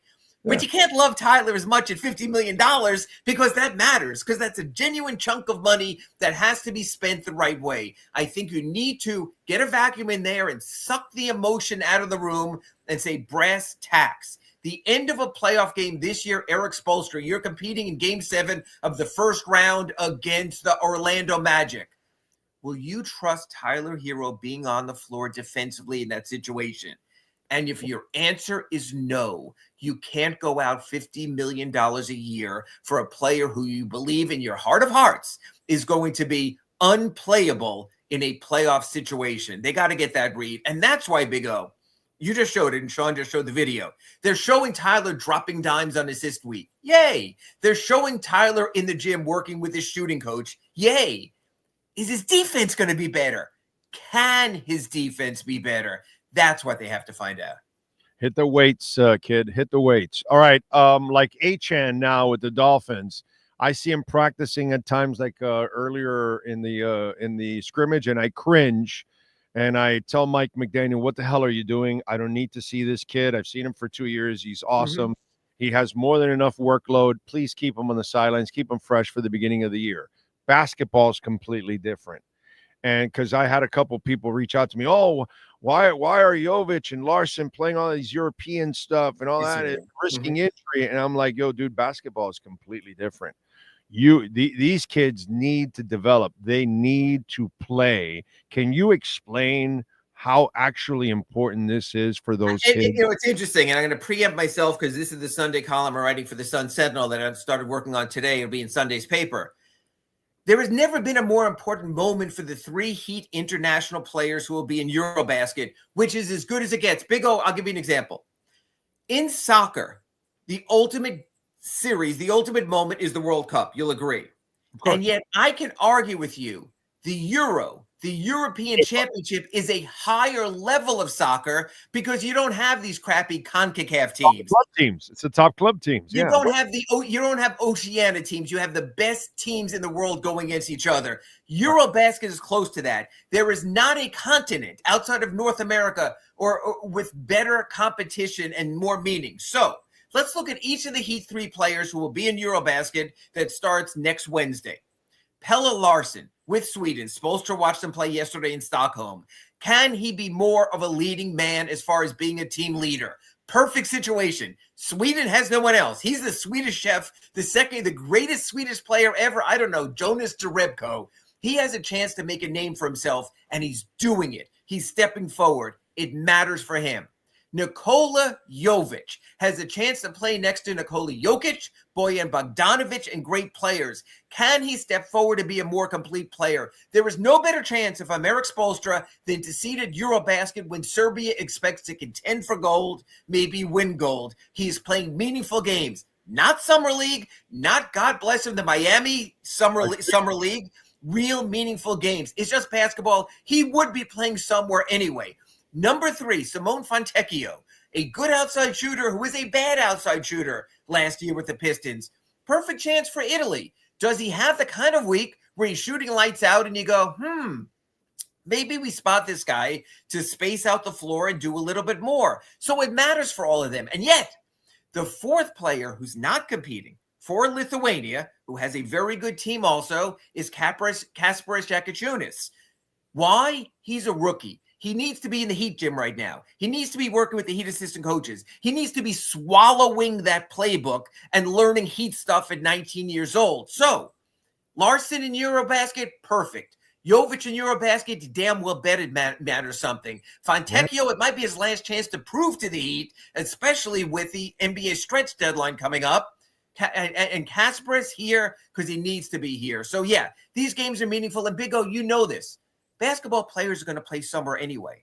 I'd rather have a referee, a team trainer, a coach in an organized setting than guys running around with their heads cut off sometimes at the Miami Pro League instead. Yeah. In the Drew League. I mean, come on, dude. I mean, give me a break. They've been playing pickup basketball forever. I mean, that's kind of that's what they do. But this is not football. This is not high contact. This is very measured. These are 40-minute games with other players to spell them. It makes sense. I would watch. The games will be streamed. They'll be worth watching. And that's why Spoelstra is out there right now scouting and working with the players. Oh, there's no doubt. I think it makes all the sense in the world. And I'm a huge Larson fan, as you know.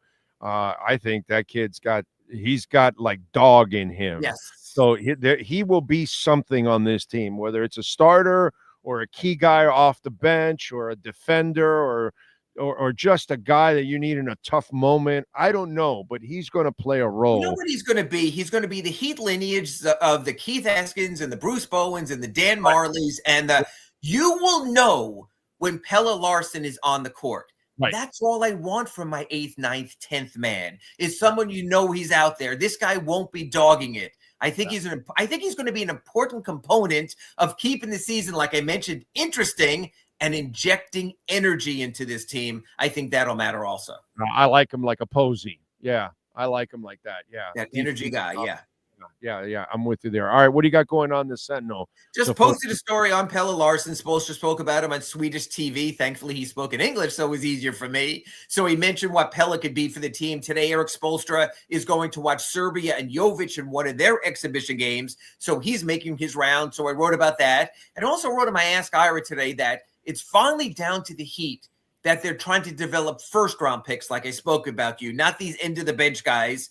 They got to hit on some of them. They hit on Bam. They hit on Tyler to a degree. They need to hit on one more, whether it's Ware, whether it's Hawkins, whether it's Jovic. You got to hit on those. And again, finally, they have a future of first-round picks, only one going out over the next 7 drafts, so the future matters there as well. Yes, thank the Lord. Enough of that stuff, man. Let's go the other way. All right, follow him on Twitter at Ira Heatbeat, and make sure you subscribe to the South Florida Sun Sentinel. Ira, as always, thank you, my friend. Appreciate it. We'll catch up next week. Our Eurobasket preview and our Acura Pembroke Pines report next week. Thanks, Big O. You got it. The Summer of Performance sales event is going on right now at 15601 Pines Boulevard, just off of I-75 in Pines. And the 2025 Integra, you can get it for $299 a month, 3.9% financing for 60 months. The ADX, it is beautiful, $349 a month, 4.9% financing for 60 months.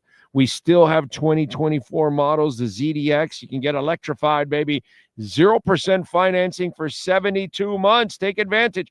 By the way, these have the $7,500 off on the cars. All right. So that is coming out. Trump is taking that off electric cars.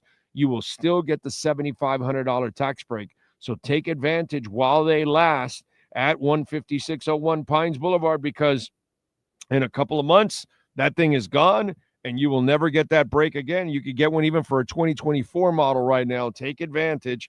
0% financing for 72 months. And the RDX, my beautiful wife drives it every day, $419 a month, 4.9% financing for 60 months. Go see Larry Schlossberg and all the great people out there. And if you own or lease an Acura, please get it serviced over there. Mike Chan and Jordan Ferber, they have a great service center, plus a really comfortable area for you to relax, watch television. They got a cafeteria, complimentary water, all of that while they change the oil, rotate the tires, whatever it is that you're doing. And, of course, Craig Zinn's Acura of Pembroke Pines. You've been listening to the Acura of Pembroke Pines Miami Heat and NBA Report with Ira Winderman. When you're looking for award-winning service and great deals from the #1 volume Acura sales dealership in the Southeast United States, you go to Craig Zinn Acura of Pembroke Pines at 15601 Pines Boulevard in Pembroke Pines. All right. Don't forget, you can make a donation to the show, Cash App or Venmo at Cash Big O Show. That is Cash Big O Show, Cash App or Venmo. And you can make a Bitcoin or Ethereum Chainlink, and Solana donation because Venmo has expanded. Let's give you a little bit about what's going on in camp with the Miami Dolphins. What do you got? What do you got, Sean? What do you got? Marcel Louis Jacques, Jalen Wright walked off the practice field with a couple Dolphins trainers. Miami's running back room has already been hit with injuries. This just happened within the last minute. Earlier, right when the interview started with Ira, Jalen Wright scored between Brewer and Jonah. They said you could have drove a Mack truck through the hole. That was so Jonah didn't struggle in that rep. He didn't struggle in that rep. No. Okay. All right. No, because some people think Jonah has to be perfect on every rep. Every rep's got to count. Yeah. AJ Henning also just walked off, but it looks like it's just cramping. I'm just scrolling down. I don't know if you have a quicker. Omar Kelly says Jalen Wright is being walked to Baptist Health Facility with a limp, and it doesn't look good. Not saying it's season ending, but this isn't I'll bounce back limp, but at least he's walking. That's what's it called? Omar adds to it. And you just said the whole AJ Henning thing, unfortunately, there. Eskridge gets a step on Jerrion Jones, but Tua's pass is a yard out of reach. Waddle got a lot of run early, but the Dolphins have been going with some of their wide receiver depth in team drills, working with Tua in the first team. Let's see. Yes. Marcel, this is about 5 minutes ago during the interview, he put out Dolphins defense is setting a tone in their joint practice. They put forth joint practice of this preseason. Fans should be happy to see this kind of fire. Okay. Another fight, really hard to see. Jack Jones, Storm Duck, and I think Ashton Davis caught up in the middle of a scuffle. Okay. What else do we have? Andrew Armstrong with a 35 reception from Zach Wilson. How about that? Quentin Bell now works around a gain on the inside. A little pick stunt from Jordan Phillips to pick up a sack. Sack throws a Hail Mary that Andrew Armstrong pulls down. Kind of a wild throw, but the rookie pays it off. What else do we have? Joe Shad says Patrick Paul impresses versus Josh Hines Allen, and he's kind of good, that guy. Trayvon Walker choke held Jalen Wright at the end of a run. The running back was unhappily swung. Okay. So there you go. Quinn Ewers isn't getting reps today. I don't understand that. No Travis Hunter, but Minkah Fitzpatrick picked off Trevor Lawrence in the red zone. After a hot start for the offense, a couple of wins for the Jags defense, Wilson can't get the flat complete with the rusher in his face. Oh, Zach Wilson can't get it. Oh. Then the Jags completely blow up Shampkin's run, and then Ewers is sacked. Looked like they confused him a little with the coverage. Emmanuel Ogbah with a sack of Zach Wilson. Zach Wilson with a horrible throw to Tanner Connor that would have been a touchdown if he didn't bounce it to the tight end. Same as the Bears game. When his feet aren't set, he's off.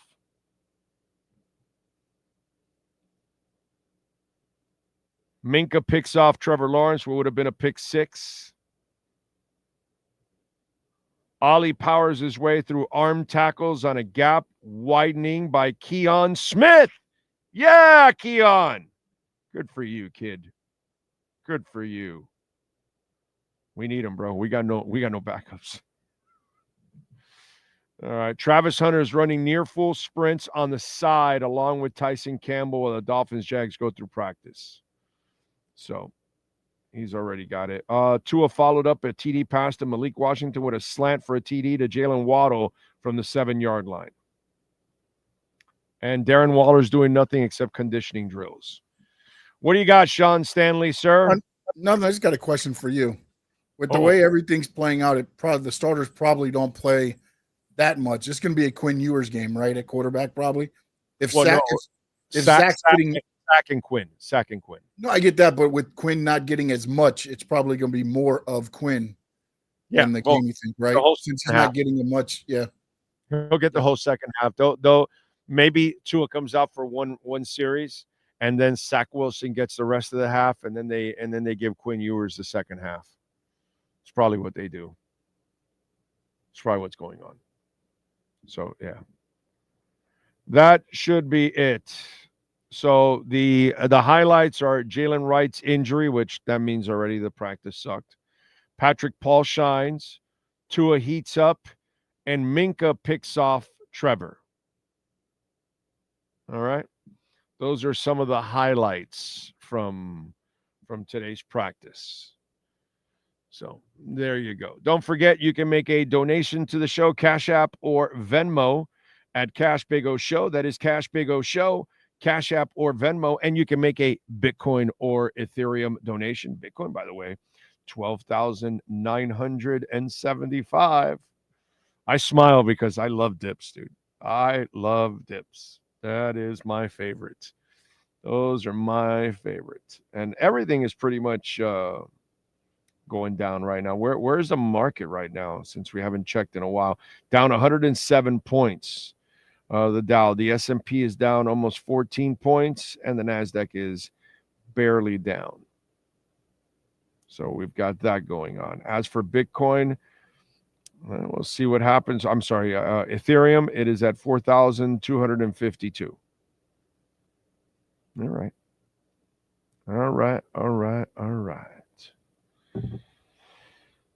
Yes. What else do we have to talk about? Game 1 is going to be fun, ladies and gentlemen.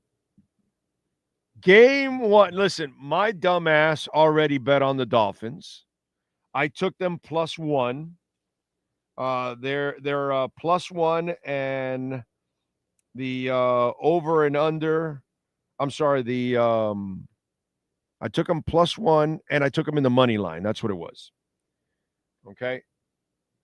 And I don't know if you guys know about this, but Xavier Howard, as some of you may know, signed with the Indianapolis Colts, which is Miami's first opponent. But not only did he sign with the Indianapolis Colts, but Xavier Howard is already the starter. The guy was out of football for a year. He's been toast for 3, by the way. He hasn't really been playing well for a couple of years. The only person that thinks he's playing well is Omar Kelly. But hey, I got it. Look, man, much love to Omar Kelly, because he says a lot of crazy ass shit that makes no sense whatsoever. But the beauty is he gets a lot of you to repeat the same stupid shit. So that's the amazing part. But anyway, Xavier Howard says, I've been talking to Lou, as in Lou Aramuno, the head coach. The defensive coordinator. Anarumo obviously coached him here in Miami. He goes, I've been talking to Lou for a minute, so I already knew who was week 1, Miami, and I've been preparing for it this offseason, and I'm ready to go. Me and Coach Lou got a great relationship. My first 2 years in the league, he worked with me at the Miami Dolphins, so I've been in contact with him, and when I got the call, I was ready to come. I'm familiar with him. He's familiar with me. He knows my game. I can expect what he's going to call, so I'm just excited for the opportunity, just ready to come to play. This is going to be fun watching Tyreek and Waddle burn his ass over and over and over again. This is going to be fun because if I'm Tua, I'm picking on Xavier Howard is what I'm doing. You all know. Listen. That was one of my best calls in 35 years. He gets the 10 interceptions. I said, trade him now. He had 7 interceptions of the next 3 years. Okay? And there was no reason to give him an extension or anything like that. you had to get off the gravy train because it was ending. He's had a ton of knee injuries. He's had a bunch of problems off the field.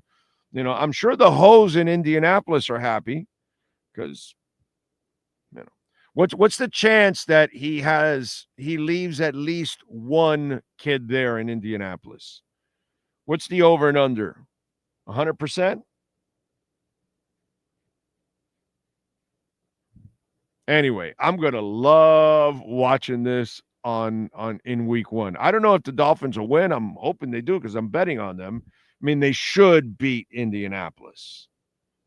They should. Okay, I don't think the Dolphins are very good, but dude, they're better than Indianapolis. Now, I know we don't have a very good coach on the sidelines. Shane Steichen is probably a better coach than Mike McDaniel, but McDaniel has the better team right now. He should win that game. I already bet it, so it is what it is. I am a glutton for punishment, ain't I? I mean, like, I don't expect them to have a good season, but somehow or another, I think they should win this game. And shouldn't they have won last year in Indianapolis and they didn't? So, you know, it is what it is. But I will tell you this. Oh, man, I'm going to enjoy watching X get burned over and over and over again against the Dolphins in week 1. And you can mark this because that's what's going to end up happening. All right.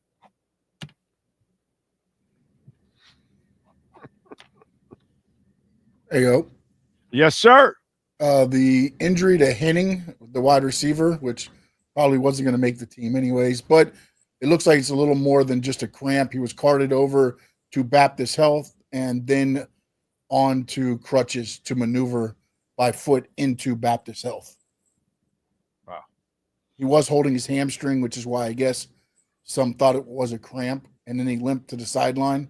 So I'm guessing that's why they thought it was a cramp, but apparently either that or they're sending him in for observation. I don't know.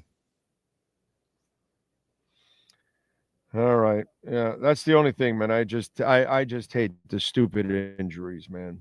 The injuries are the ones that just make me sick. Zach Wilson is sacked by Devin Lloyd. Sack is sacked. Okay. Jack Jones with an interception of Trevor Lawrence.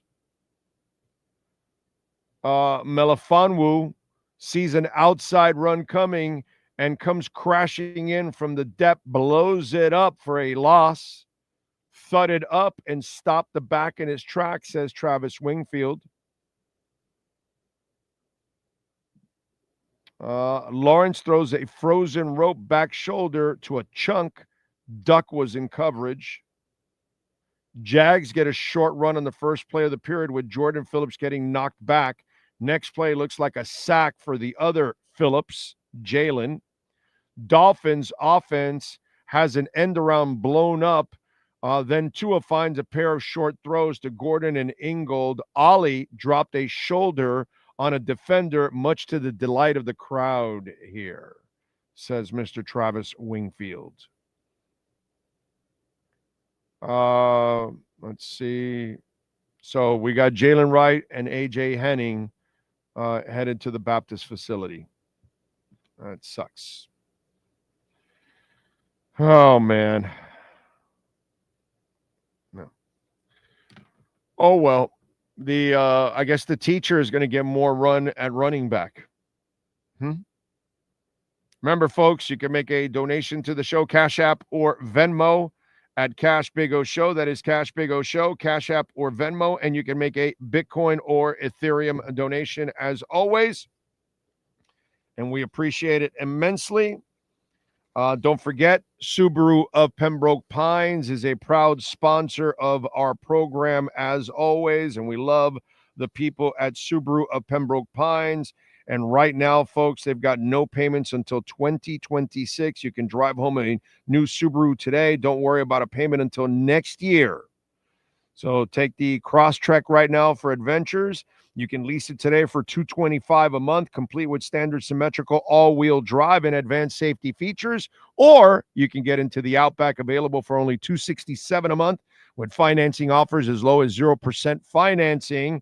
And you got to mention us. Mention us when you get there. Tell me, hey, man, Big O sent me.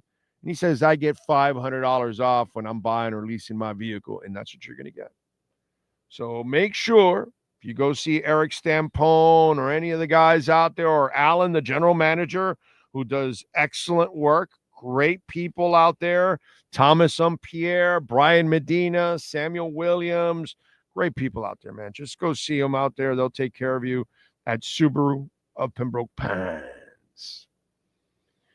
All right, let's see. What do we have here? Dude, the Dolphins may surprise you, Big O. They might get off to a hot start.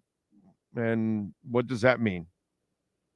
How many hot starts ends up with cold endings?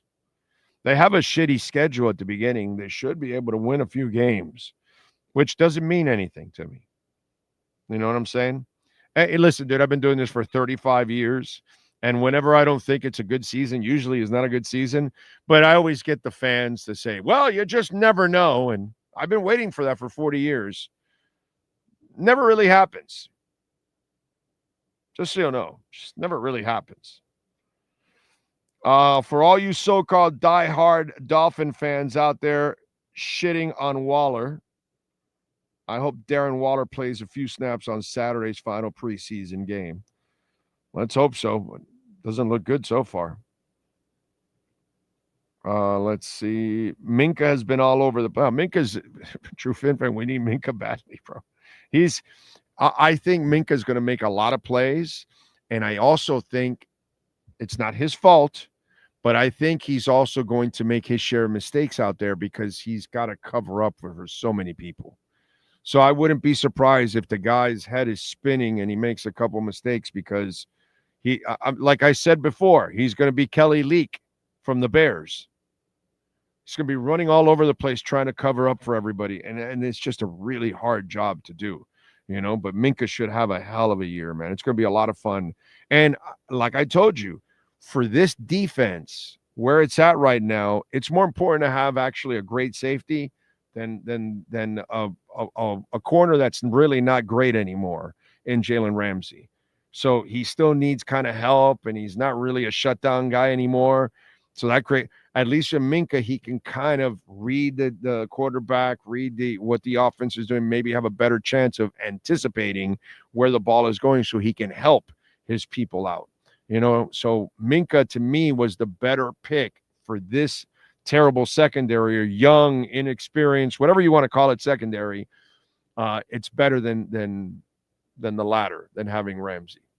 So, yeah, I'm with you. I expect him to have a hell of a year, but I wouldn't be surprised if the poor man makes some mistakes because, God, he's got to make up for so many people out there, and that's just not an easy thing.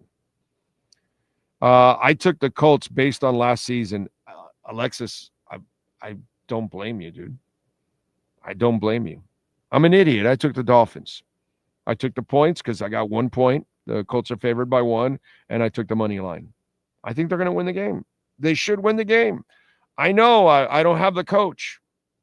I got a guy on the sidelines that doesn't know what the hell he's doing. But I'm hoping the players can overcome and win that one. So we'll see. Why? So we even have Sack on the team. Yep. We have Sack Wilson on the team. I'm calling it, Big O. Dolphins 45, Colts 17. I'll take it, bro. I'll take 20-17. Just give me a win. But 45-17 sounds like a lot of fun, Dolphin Dave. 45-17 sounds like, the ball is flying all over the place. I like it. I can live with that one. I can live with that one. Please smash the hell out of the like button. You still haven't gotten us over 100. Let's go. Got 158 watching. We only got 94 likes. You guys can easily get us over. Come on. Let's go. Por favor. All right. What else do we have going on? You know what? Let me get a little music out of the way, because we always do that. And I'll go back to Dolphins and see if there's anything new there. Let's start off with musicians born on this date. All right. It is August 21st. August. Okay. Make sure I get this right. Keelis Roger, the singer, born in 1979. She was once married to Nas. Let's see who else. Liam Howlett, keyboardist with Prodigy, born in 71.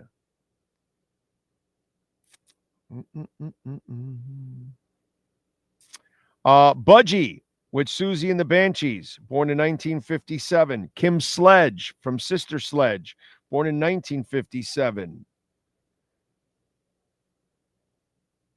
Steve Smith, drummer with Journey, born in 54. Joe Strummer with The Clash, singer, actor, songwriter, all of that good stuff, born in 52. The great Glenn Hughes, member of Trapeze, Deep Purple, Black Sabbath, Gary Moore, Black Country Communion, born in 51. Still rocking.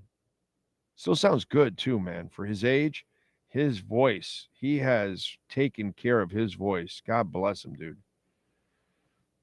Let's see. Kenny Rogers. It's the wood that makes it good. I used to love Kenny Rogers roasters. Excuse me. Born in 38. We lost him in 2020 at 81 from natural causes. And Count Basie, the great Count Basie, born in 1904. Worked with Frank Sinatra and, of course, his own band, the Count Basie Band. We lost him in 1984. So he went from 1904 to 84. He lasted 80 years. That is musicians. Now let's go with famous people. And remember, if I don't give you the age, that means they are no longer with us because this list is a little deep. Actor Melvin Van Peebles, born in 1932. Hall of Famer Wilt Chamberlain, born in 36. Actor Clarence Williams III, born in 1939. Filmmaker Peter Weir, born in 44. He is 81. Bless him, man.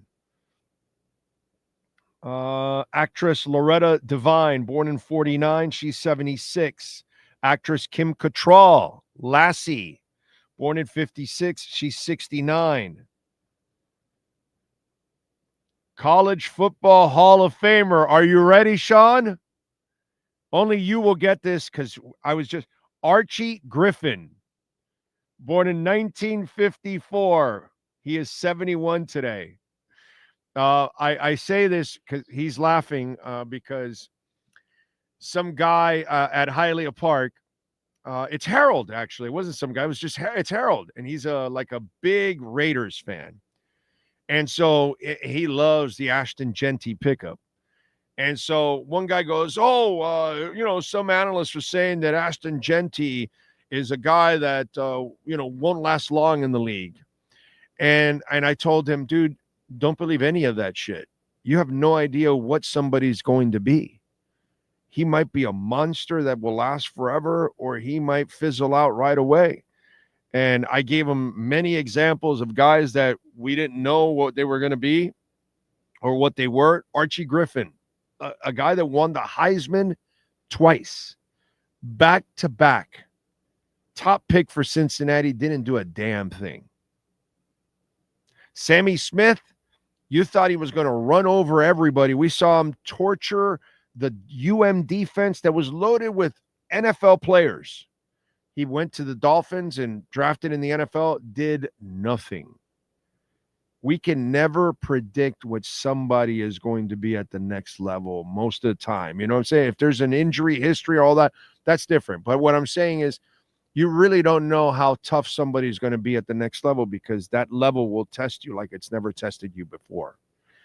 And then all of a sudden you just prove more than what you thought, or you don't even come close to reaching the pinnacle that people thought, like Archie Griffin, who wins back-to-back Heismans and was an absolute bust in the NFL. It's crazy. It's hard to predict that stuff sometimes. Let's continue. Actress Carrie Ann Moss, born in 67. She's 58. Serge Tankian from System of a Down, born in 67. He's 58. Let's see. TV personality Brody Jenner, born in 83. He's 42. Usain Bolt, the Olympic sprinter, fastest man on the planet, born in 86. He's 39. He's only 39. Musician Casey Musgraves, born in 88. She's 37. And every time I see see the words of the name Casey Musgrave, John and Kendall, I know you're not watching this way. You're watching from up there. He's one of our listeners, and he passed away a few years back, and was a really loyal person to the show. Always was calling in on QAM or other places that I was at. And he's the first guy to mention Casey Musgraves to me. And she's very talented, by the way. And so every time I think of that, I think of John and Kendall, and we lost him. Rest in peace, John, man. Actress Hayden Panettiere, born in 89. She's 36.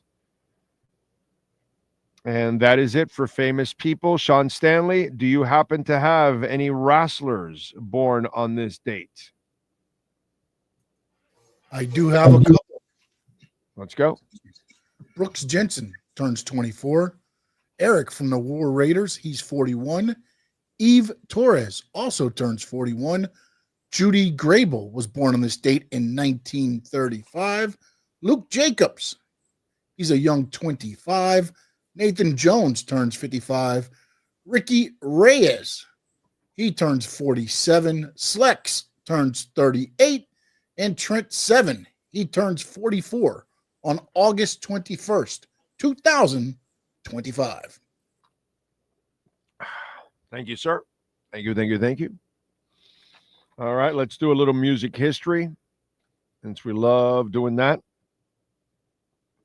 All right, we start off in 79 with Bob Dylan. He released Slow Train Coming, an album of religious songs, including the Grammy Award-winning single, Gotta Serve Somebody. The album alienated many of his longtime fans.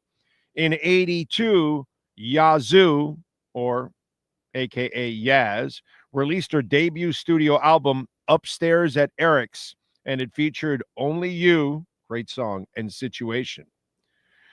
In 84, A Flock of Seagulls released her third studio album, The Story of a Young Heart. It features The More You Live, The More You Love. Good song. In 86, on this date, Def Leppard drummer Rick Allen made his first live appearance with the band after losing an arm in a car accident playing at the Monsters of Rock Festival in Castle Donington, England. Can you imagine? You lose your arm, and then you have the balls and the courage to want to come back to continue to do what you do best, is play drums.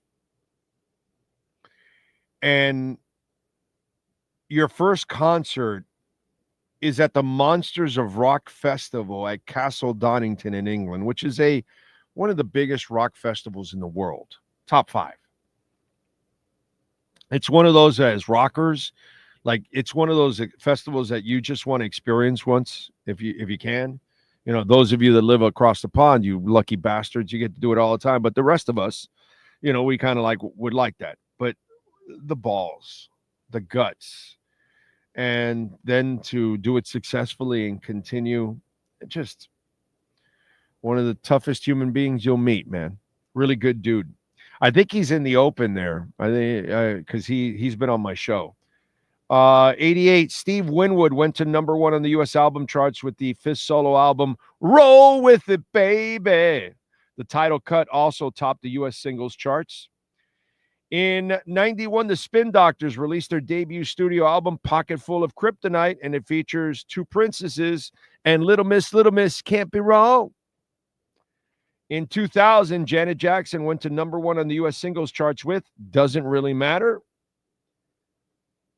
And let's see what else. In 2002, Frank Black and the Catholics released their album Black Letter Days and Devil's Workshop on the same day. In 2013, Lady Gaga asked her fans to stop sending online threats to her critics. The singer said she would not condone hateful or abusive language directed towards others, adding that this is not a healthy way to handle your emotions. Some of her fans had tweeted death threats to dance producer Deadmau5, who criticized Gaga's video collaboration with artist Marina Abramovich. Some of these people are, you know, come on, relax, Ready. Give me a break. Lorde in 2021 released her third studio album, Solar Power, and it features the title track, Mood Ring. Let me see if there's any birthdays that I forgot. I did mention Isaac Hayes, didn't I? I think I did. But he was born in 42 today, and we lost him in 2008. Ralph Hunter from Kraftwerk is 79. I did not mention that. That's it. All right. There we go. We got it in. That is what happened today in music history. Thank you. Thank you. Thank you. All right. Let's see what we got in Dolphins camp. Let's break down whatever has gone on and give you guys the latest. Sean, did you see anything? What do you got? A couple things. It looks like maybe it's over, but Dave Ferrone sent out Jordan Brooks, got hurt right before the end of practice for Dolphins defense. He was walking gingerly. Marcel Louis-Jacques just sent out Dolphins offense is noticeably out of sync during this end of game drill. Tua throwing to spots, but receivers aren't there / ready. Poor showing from both offenses during this session. So I guess they'll play on Saturday some. All right. All right. And Wingfield says third down completion to corners, set up a 4th and 5. Tua puts the ball on the face mask of Eskridge, streaking down the middle. It goes 17, but it kind of seemed like he could have kept running. There you go. 3rd and 10. Tanner Connor catches a pass for 4 yards. Let's see. Anything specific? First deep pass shot to Malik Washington. It's on the wide receiver's fingertips, but he can't bring it in. So Tua put it there, but he couldn't bring it in, unfortunately. All right. Bradley Chubb blocked Lawrence pass on a situational period. Yes, sir. Joe Shad sent out Dolphins and Jaguars are done. Dolphins performed well. Good day for Tua. Minka Fitzpatrick and Jack Jones intercepted Trevor Lawrence. Patrick Paul looked good again. Jalen Wright left with possible injury. So Joe says they look good, but then somebody else said they were sloppy. Yeah, well, Marcel said they were sloppy in that period when they got down to the at the end of the practice where they do the situational. They looked very off where the receivers weren't at the spots Tua was throwing, which you've stated many times how that becomes an issue when they run the wrong pattern or break it off early and Tua and the quarterbacks are throwing to a spot. Okay. All right. I like it. All right. Good stuff. Good stuff. All right. All right. All right. Big O, do you like watching Que Pasa USA? Yeah, I watched it when I was young back in the day. Yeah, I saw it. Definitely with Rocky Echevarria. We know him as Stephen Bauer, but in those days he was Rocky Echevarria. So, yes. And Captain Saki out in Tarpon Springs is in the house. Thank you, John. I appreciate you. Thank you, thank you, thank you. Thank you, thank you, thank you. All right, all right, all right. Anything breaking here? What do we got? Let's see. No. I thought it was. No. Cameron Wolf. What do you got? What do you got? What do you got? I just took it. I just saw Cameron Wolf's. That's all. Yeah, he said big Dolphins day in joint practices with Jags. Miami brought physicality. Folks have been talking about Minka Fitzpatrick and Jack Jones had pick sixes off Trevor Lawrence, who had a tough day. Zach Sealer and Aaron Brewer were dominant regularly. Tua and Waddle look strong. All right. And Wright, of course, as you all know, left with a leg injury in practice. That's the real bad news, unfortunately, of it. But the Dolphins had good moments, physical moments, and a couple of bad moments. It's practice. It is what it is. Folks, we'll find out in the regular season who's who and what's what, and we'll see if our team is actually better and can they actually get to the playoffs. You know, that's just kind of the way it is. You know. So Brett says preseason NFL news is like short-term volatility in the market. Interesting to speculate, but real concern should be long-term like the regular season and playoffs aside from injuries. That's it. We thank Ira Winderman. We thank all of you out there. Please smash the hell out of the like button before you leave. As you're watching, whenever you're watching or listening, thank you, thank you, thank you. We thank Ira. We thank the great Sean Stanley. Tomorrow we will be at Caneswear. Starting at 11 a.m. Remember, use our code BIG010. You will get 10% off at Caneswear. So join us out there at 2655 South University Drive in Davie. You can go online, use our code BIG010. You will get 10% off. And remember, if you buy over $99, you will get free shipping. Caneswear.com. On behalf of Sean Stanley, I'm Orlando Alzagari. We shall see you tomorrow. Same time, same place. Same bad channel.